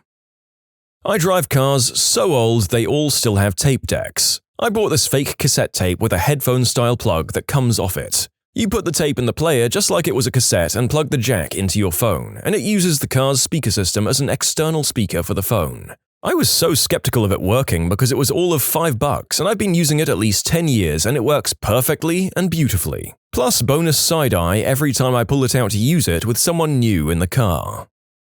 I bought a $17 toaster about 20 years ago and it's still going strong. I went to buy a used lawnmower and ended up buying their very old dog for $10. He had never been allowed indoors, never rode in a car, went to a park or had a bath. We had a good 5 years of firsts. Best $10 I ever spent. I bought a button-down shirt from the thrift store in the mid-90s and I still wear it today. The shirt is obviously even older. It doesn't have much wear on it either. I think it's made of rayon or something else. The brand is Kmart. They don't make them like they used to. A little $40 speaker set for my bedroom TV I got in 2006 and still works great in 2019. I bought a fake wood, plastic mantel clock from Value City for about $10 because I needed something for my first apartment. I received a surprising number of compliments on it and was asked more than once if it was a family heirloom because it looked so old. It also lasted for about 10 years until some movers broke it. I was kind of proud of displaying that stupid cheap clock. I was in a market in Shanghai, one of those ones that attracts foreigners with knockoffs of nice brands, where you're supposed to haggle a bit with the store owner. Walked into an electronics store looking for a portable speaker. Negotiated the store owner down over the JBL speaker that basically was the size of a thermos. I think she originally wanted 200 yuan for it, and I got it for 125. The exchange rate was about 6.5 yuan for $1, so it was about $21. The owner went out back and got a blank white box and an envelope. Inside the box was a blank speaker without decals. Decals were in the envelope. She then proceeded to put the decals on the speaker in front of me, using tweezers for precision. This was my very first time in China, so it really caught me off guard. The speaker is actually amazing. Very loud, 6 to 8 hours battery life, and perfect for storing in a cup holder. I mostly use it on a golf course, which is perfect. You can submit your own stories to be featured here on the channel. The story submission link is in the description below. And if you want to listen to some vibey music in the background, check out easymode, also linked below, and subscribe.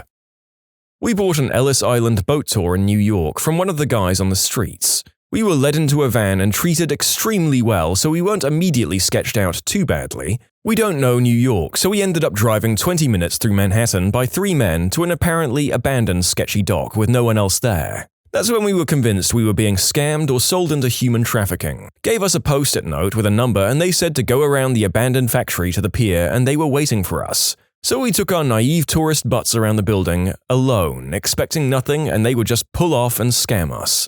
Sure enough, we turned the corner and there was a big boat with a bunch of people and it was legit. We had an amazing tour and a lot of fun with free food and drinks. So overall, a great decision, but in hindsight, we should have been murdered or at least scammed. I risked a huge box of magic cards. I spent around $200. It easily came out to about $2,000 or $3,000 worth. This box was just a random pickup on the internet from Craigslist. My best purchase of magic cards was a store under new management. I went in with my 2 elementary school-aged sons, as a mother that taught them to play, and I asked to purchase the 2 large boxes in bulk. But because they had not had time to catalog their cards, they agreed on 10 cents apiece. At least 2 of the cards combined were valued at $80, and I bought hundreds. It's been some years since I've played, at least 3 or 4 years since I've purchased any. I wonder how much they're valued at, but I don't have the heart to part from them. I started playing in '97, and I have cards prior to that. Fugly or sad and misshapen potted plants from the grocery store. They just need some love, and it's so fun to see them grow. This person is a dark mirror of the narrator who consistently buys nice plants and proceeds to kill them all over a period of weeks. Teach me your secrets, internet person.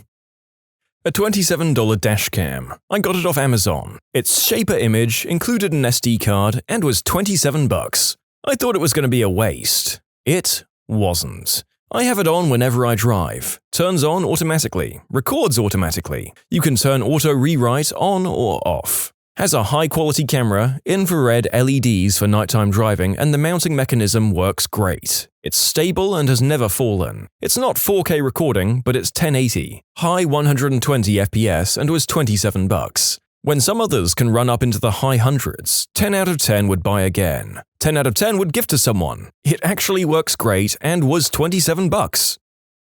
My dog was a stray, adopted by a couple but returned because he was too high energy. So his adoption fees were 50%, the best $45 I've ever spent. I went to Mexico a few years back with my family, and it was our first time there. We only left the hotel once because it was so gosh darn hot. On that day, after visiting an ancient temple, we decided to go to a cenote to swim and cool off. We arrived at the bus station and this kind of sketchy taxi driver approached us and asked where we wanted to go. My father mentioned a very popular cenote, but the taxi driver recommended a quieter place and said he'd do it for half price, even though it was already dirt cheap. For some reason, my father agreed, which I thought was mad, so me and my family got in his taxi and drove off. We were riding down the freeway when he starts indicating left. I see no road where he's indicating. We turn off onto a dirt track and into the jungle. For about 10 minutes, we were getting deeper and deeper into the jungle until we reach a house. My father is told to get out and pay at this small shack, and the rest of us aren't allowed out of the car. 5 minutes pass, and by this time, we're freaking out in the car. I didn't really feel like getting kidnapped or anything, but my father returns and we continue into the jungle. Soon we reach a clearing with a few people smoking around a table, and a couple with swimsuits on. Now, I'm a bit more relaxed because there are other customers there. After getting changed, we have a short walk to this beautiful, crystal-clear cenote with overhangs and plants hanging down. It was amazing. We got out and thought money well spent, but then we were led on a tour around 4 other cenotes where we swam under bats hanging in caves and learnt about the history of the cenotes. To top it off, I got to jump off a 10-foot drop into a pool where I could see the bottom about 20 feet below the surface. Best experience we had in Mexico, and I'd love to go back, but I don't think I've ever been so frightened as I was going down that deserted dirt road. Went to a garage sale. There was a little girl in charge. She's like 12. I don't know crap about turntables, but she has a set on a table. I ask how much, and she tells me $20. I ask her if they work, and she tells me she has no idea. Her dad got new ones and wanted to get rid of these. I wait for Dad, and she tells me he's sleeping. She says, "Dude, just take them." I'm like, no, $20 can't be right, maybe $200? She looks at me like I'm stupid. Fine, I'll take them for $20. I drive straight to the pawn shop and see what I can get for them, or if they even work. They frickin' work. The guy looks up prices and comes back with a $1,200 offer. The best $20 I've ever spent. I bought this shirt from a market for $5. It fits so darn well I've started using it as my main shirt. Knockoff North Face hiking shoes in Vietnam. They cost me $20. Kicked the crap out of them and they're still going strong.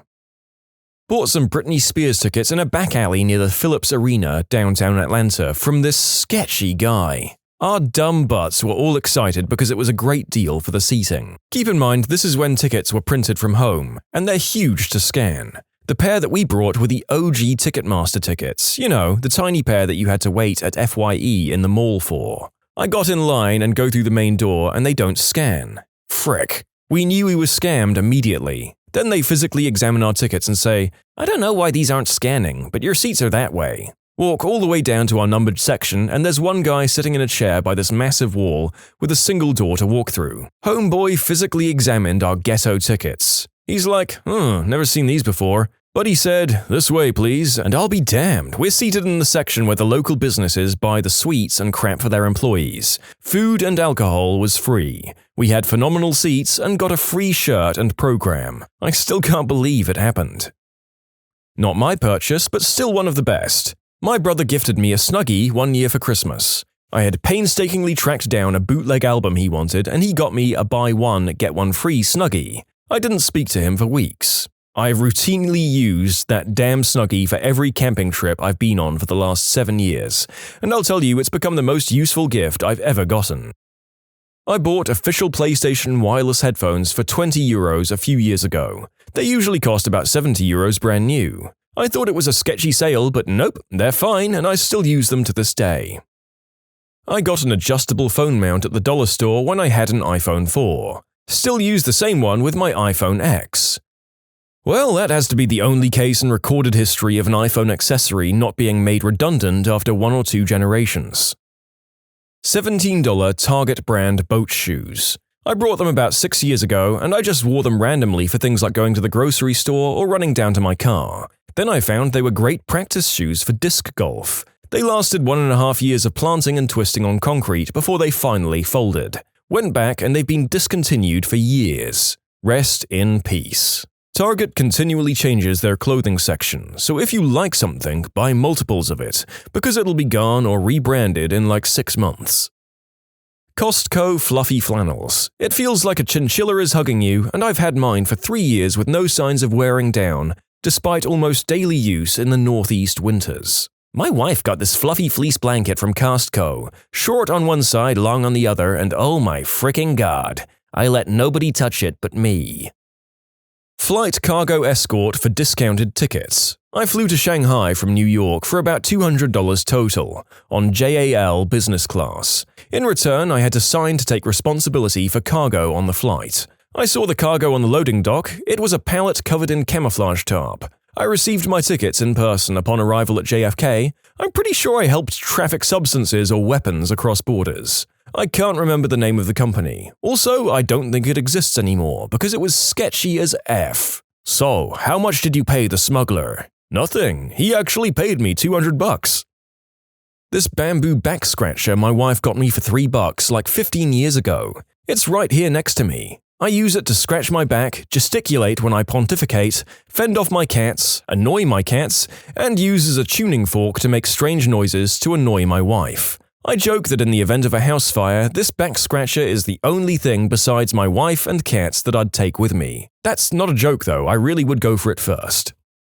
One of those square, window-sized box fans. Technically wasn't a purchase. I found it outside the dumpster of my junior year college apartment back in 2008. I'm a fan of airflow and white noise, so that fan ran 24 hours a day for nearly 11 years, outside of when I was away on vacations and for brief periods in winter. Most of that on the lowest setting, but I mean there were long stretches of literally months where it wasn't turned off. It died in 2019 when I can only assume some critical component just burnt out. I'll miss you, completely free thing that provided me a decade of light breeze and air circulation. Life skills teachers. What's the craziest misconception that you've had to clear up? I remember being in grade 5 or 6, having the first life skills class of our young and budding 10-year-old lives, having the wonders of life explained to us. We got to the point of explaining how babies were made, and one of my classmates got hung up on a point. He raised his hand and asked the teacher, "Is splooge hot?" We all blankly stared at the teacher, waiting for an answer. She replied with an awkward, broken answer, "Well, it's not boiling or anything like that," but before she could continue, the classmate restated the question. "But is it like hot, like temperature hot?" The teacher, still confused, tried her best. "Well, no, it's not like tea or coffee. Haven't you felt it before?" Now, with us being 10, I don't know what she was thinking, but some of us laughed, some were grossed out, but that classmate was almost angry. "No, I haven't. But is it hot?" She ended up explaining to us that it would only be as hot as your body is. It turns out the kid was just worried about hurting future partners with his boiling hot splooge. Boiling hot splooge, dibs on the band name. Taught human growth and development, aka life skills, to 5th and 6th grade boys. In our schools, you had to have a co-teacher with you, which happened to be my best friend as well. Mistake. The boys are encouraged to write out questions on note cards and turn them in, which makes them try to prank us and see if we'll read them out loud. Best one ever was, "What would happen if a man did the deed with a sheep?" To which my buddy replied, "Well, that would be bad." You always keep the good note cards. When I was little, the teacher passed out those note cards in life skills class so that we could anonymously ask questions and get the answers. I asked what a BJ was because I legitimately wanted to know. The teacher, I guess he was too embarrassed to answer, thought someone was trying to prank him and just laughed it off. I, to this day, still wonder what it is. But seriously, sometimes they sound like joke questions, but they aren't. Make a joke, sure, break the tension, but answer the question. I remember feeling so silly, like crap, everyone's laughing. I guess I'm really dumb for not knowing this already. The narrator considered reading out the Urban Dictionary description of said deed for the purposes of educating in this video. But let's be honest, if anything gets this video more likely to hit demonetization, it would be that. I'm gonna throw this one out there. They need to teach girls that urine doesn't come from the same hole that they do the deed in. I've dated 3 girls who were 20 plus at the time who never knew this. They actually went into the bathroom to see if I was lying to them. I'm curious how they thought the whole tampon thing worked. When I was in 4th grade, I thought men could only have 2 kids because they only had 2 testes. It made sense because every man I knew had 2 kids, except my buddy Greg had 2 siblings. Once I reached my revelation, I reasoned that Greg's mum must have cheated on his dad in order to have a 3rd kid. I would have just assumed Greg's dad had 3 testes. Taught in an inner-city classroom in Boston, these kids asked the best questions. Doesn't doing it in the butt cause cancer? I'd ask what HIV can lead to. Does it lead to blue waffle? I don't want to get that. Will Plan B work faster if you snort it? Good times. When my kids were in grammar school, a teacher came around and talked to them about their private places. For the next week or so, my daughters kept saying that they got hit in their privates. They were in 1st and 2nd grade, I think, so roughhousing was common, and I figured since it was a new phrase, they were using it as much as possible. Then one day, the youngest came in and said her sister wouldn't quit touching her in her privates. I was starting to freak out. I asked her to show me where her sister was touching. She pointed to her arm. I was flabbergasted and said, "How is that your privates?" She then informed me that the teacher who talked to them about bad touching said that a place that makes you feel uncomfortable was your privates, and that her sister was touching her arm and making her uncomfortable. After that, I got out my anatomy and physiology book from school and we had a much longer discussion about such things. My life skills teacher in high school told us stories about a female student she had a long time ago. The student got pregnant and was freaking out to our teacher not knowing what happened because she had apparently been taking birth control. My teacher was asking her the typical questions about her situation, how long she'd been taking them, among other things. Then later the girl mentions she had been taking her birth control pills up her hoo-ha. She figured that since the baby comes from there, that's where you take the pill. As a pharmacist, this is exactly why we put "take 1 tablet by mouth daily" or "take 1 teaspoonful by mouth" on the label. I had a mother pour an oral antibiotic suspension in her kid's ear for an earache once.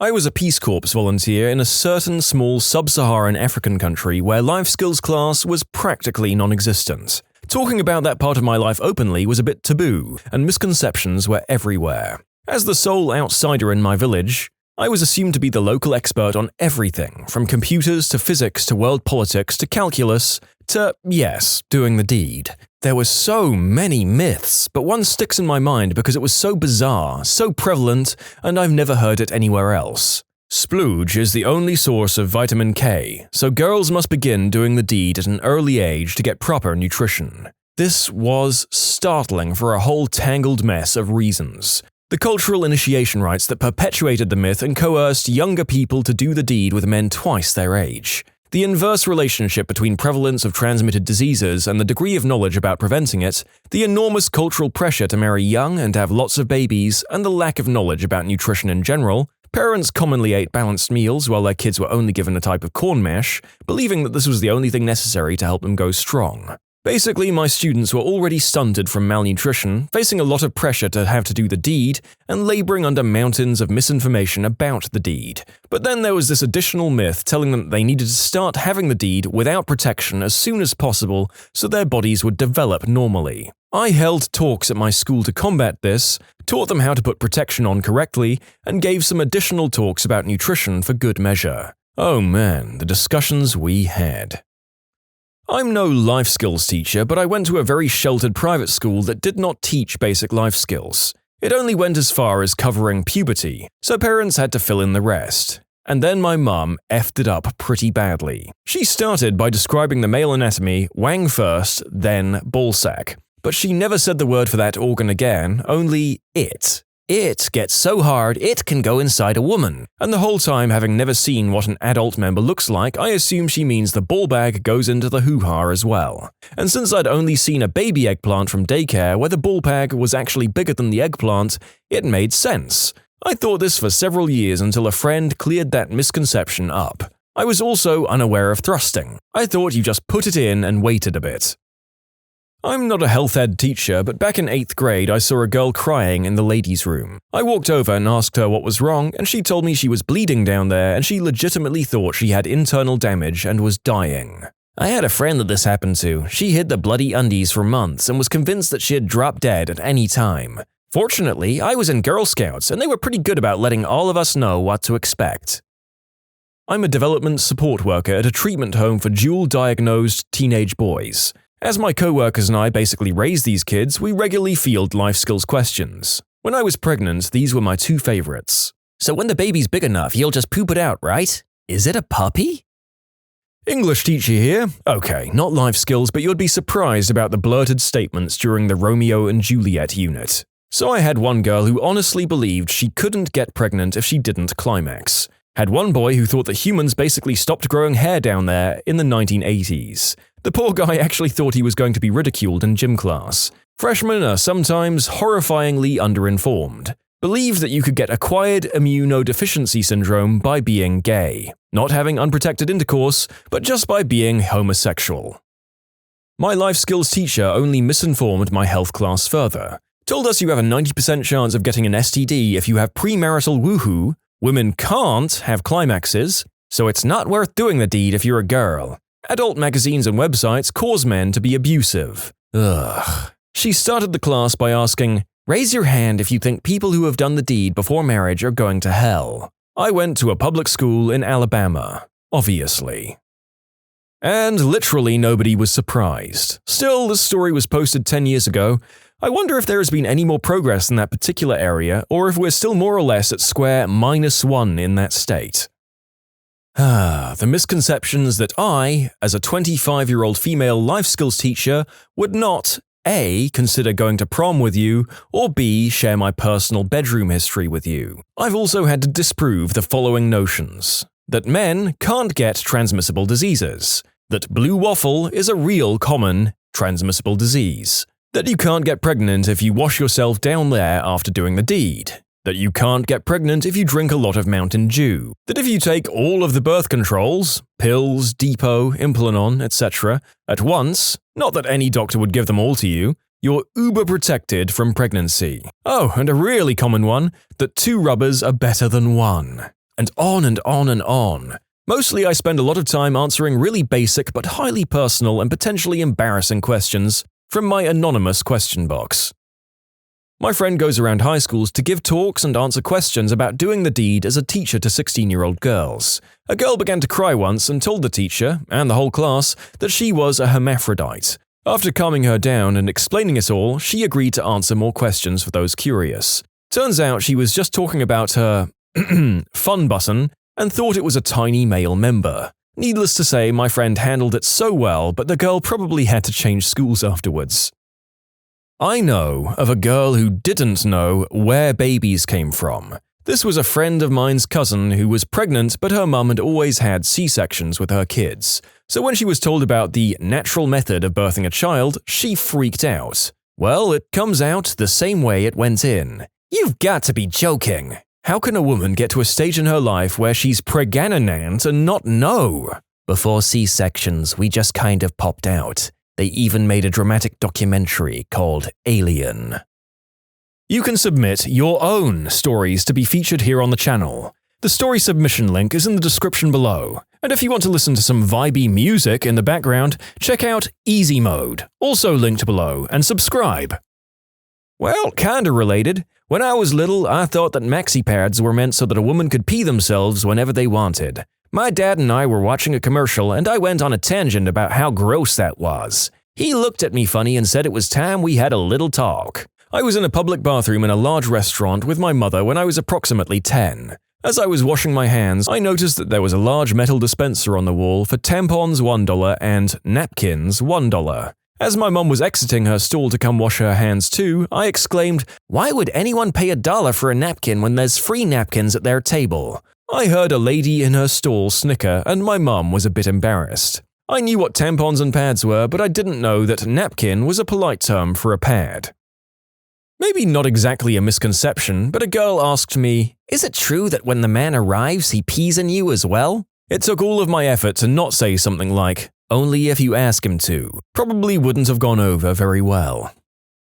I teach life skills to individuals with intellectual disabilities, so I get to clear up loads of crazy misconceptions. During my most recent one, I had to explain to a guy of relatively normal intelligence that girls do not have male anatomy down there. I watched his entire mind just explode to that new information. I'm pretty sure I changed his life. I know a girl in her 20s that honestly believed that males have an extra bone in their wang. She tried to defend herself by claiming that if it didn't, then why would it be called that when the guy was excited? I mean, dogs literally have a bone in their member. Many animals do. Also many primates, but for some reason it got lost during human evolution. By far the biggest and worst misunderstanding in life skills is the thought that not teaching kids about doing the deed makes it less likely that they'll get pregnant. During the talk at our school, one guy asked if one testy produced girl babies and the other produced boy babies. Looking back, it wasn't such a dumb question from the mind of a 10-year-old, but oh, how we laughed. Nice little factoid, the Greeks believed this, and some tried to strangle the one that produced girls. I'm a registered nurse. I was conducting a pre-op interview on a teenager who was going to have surgery. She was there with her mother, probably in her late 30s or early 40s, and I was asking basic health-related questions. Past medical history, surgical history, allergies, etc. At the end of the interview, the teen, looking kind of embarrassed, asked me, "How many holes do we have down there?" I answered, "Women have 3. Just then, the teen looks at her mum and explains, "See, Mum, I told you." And the mum looks confused and asks, "Are you sure it's 3? I tell her, yes, women have 3. Vajayjay, urethra, butthole. And men have 2. The mother goes, "Men have 2? I was shocked. Long story short, I had to draw them a picture of female and male anatomy to drive the point home. They thought that women urinate from their hoo-has. I can see how the teen could be confused, but the mum was too. In college, I dated a 21-year-old Muslim girl who believed that sperm could rapidly swim up off the bedsheets, over her leg and down her hoo-ha, and through her cervix on their own like hungry, sentient parasites. Can you imagine if that crap was real and you had to swat and slap the splooge monsters to death off their faces and chests before the little B-words reached their targets? Also, you would be guaranteed to get pregnant from every hotel bed you ever laid in. And that statement is just making me think about that gross element of hotels and no thank you. One of the standards that we have to teach in our state, Kentucky, is that men produce sperm for the entirety of their lives, whereas women have a finite number of eggs. Generally, this gets into PMS, menopause, and a few similar subjects. For contextual purposes, I'll try to outline the classroom. This is a 7th grade classroom, 13-year-olds. 50% are below the poverty line, 50% Caucasian, and 20% Hispanic. The rest are various other races. 100% male, as I was working with the males and another teacher was working with the females. So this particular child is a plump little boy. Really contemplative, too. You can see him looking down to the ground, pondering and really working out something in his head every time he responds. So after I explain how older men can have babies but older women cannot, he just asks, "So you're telling me an old wrinkly man can have a baby?" To which I affirm, yes. So the kid is just staring down, thinking for a while. After about a minute, he looks back up and says, "So if an old wrinkly man has a baby, does that mean the baby has wrinkles?" I honestly just about lost it. Then we had a conversation about how people being shot do not produce bullet-resistant babies. Also, every class for some reason responded with my question of, "What's the one way to not have a baby?" in the same gosh darn way. "You wear 3 rubbers." Like, what the heck?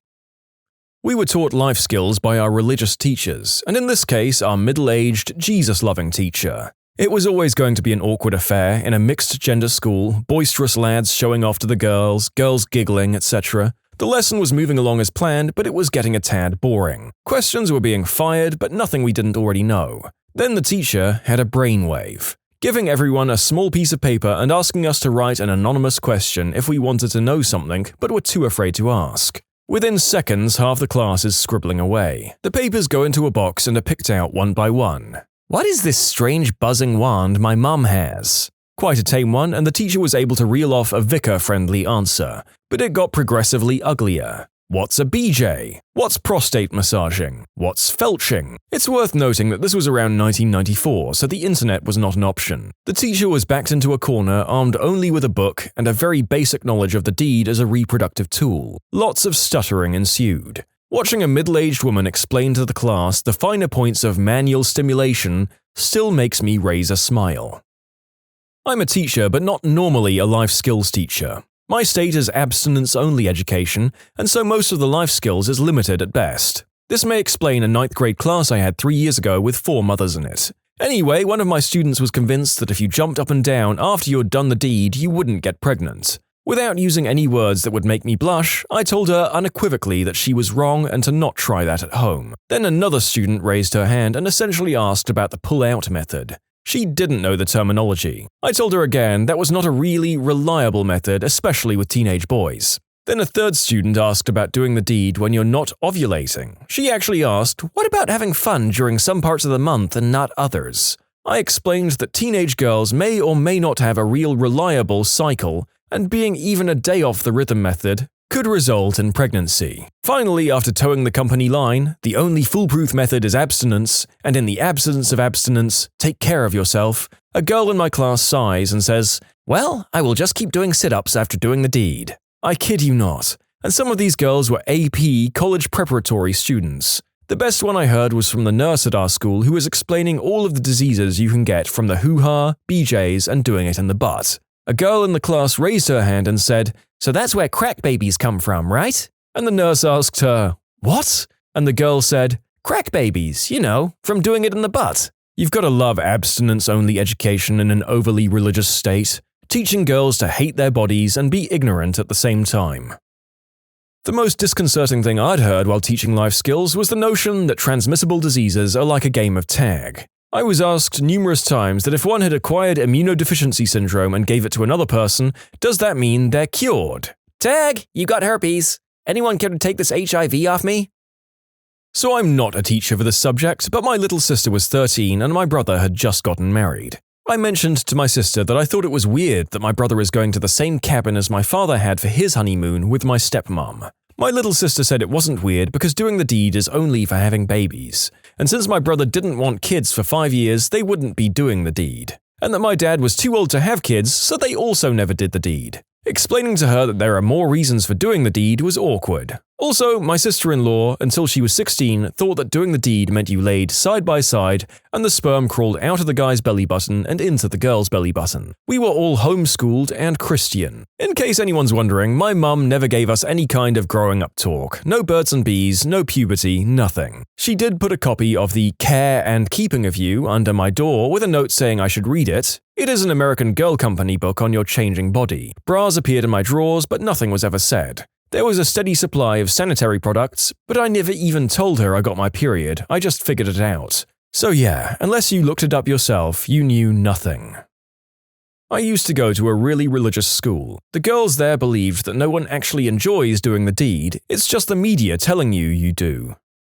My friend once had a Chinese exchange for uni, and she had to look after him. In the first month, it was discovered that he knew nothing about doing the deed or how babies were made. 19 years old, by the way. My friend taught him all of this during his exchange. Anyone who doesn't know, China's culture is that adult fun and relationships come after education and the establishment of your career. The schools don't teach it, and there are stories of kids going out and parents moving them over provinces to stop them dating so they can focus on schoolwork.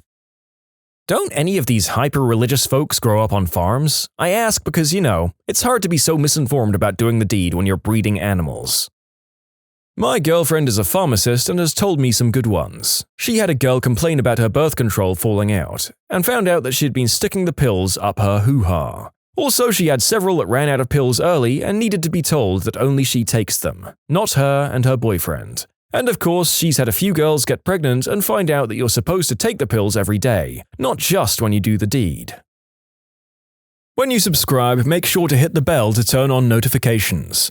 Put the playlist on in the background to finish listening to all the stories, or if you want some vibey music to put on in the background, check out easymode. If you like Am I the Genius, give Am I the Jerk a shot. Everything linked in the description.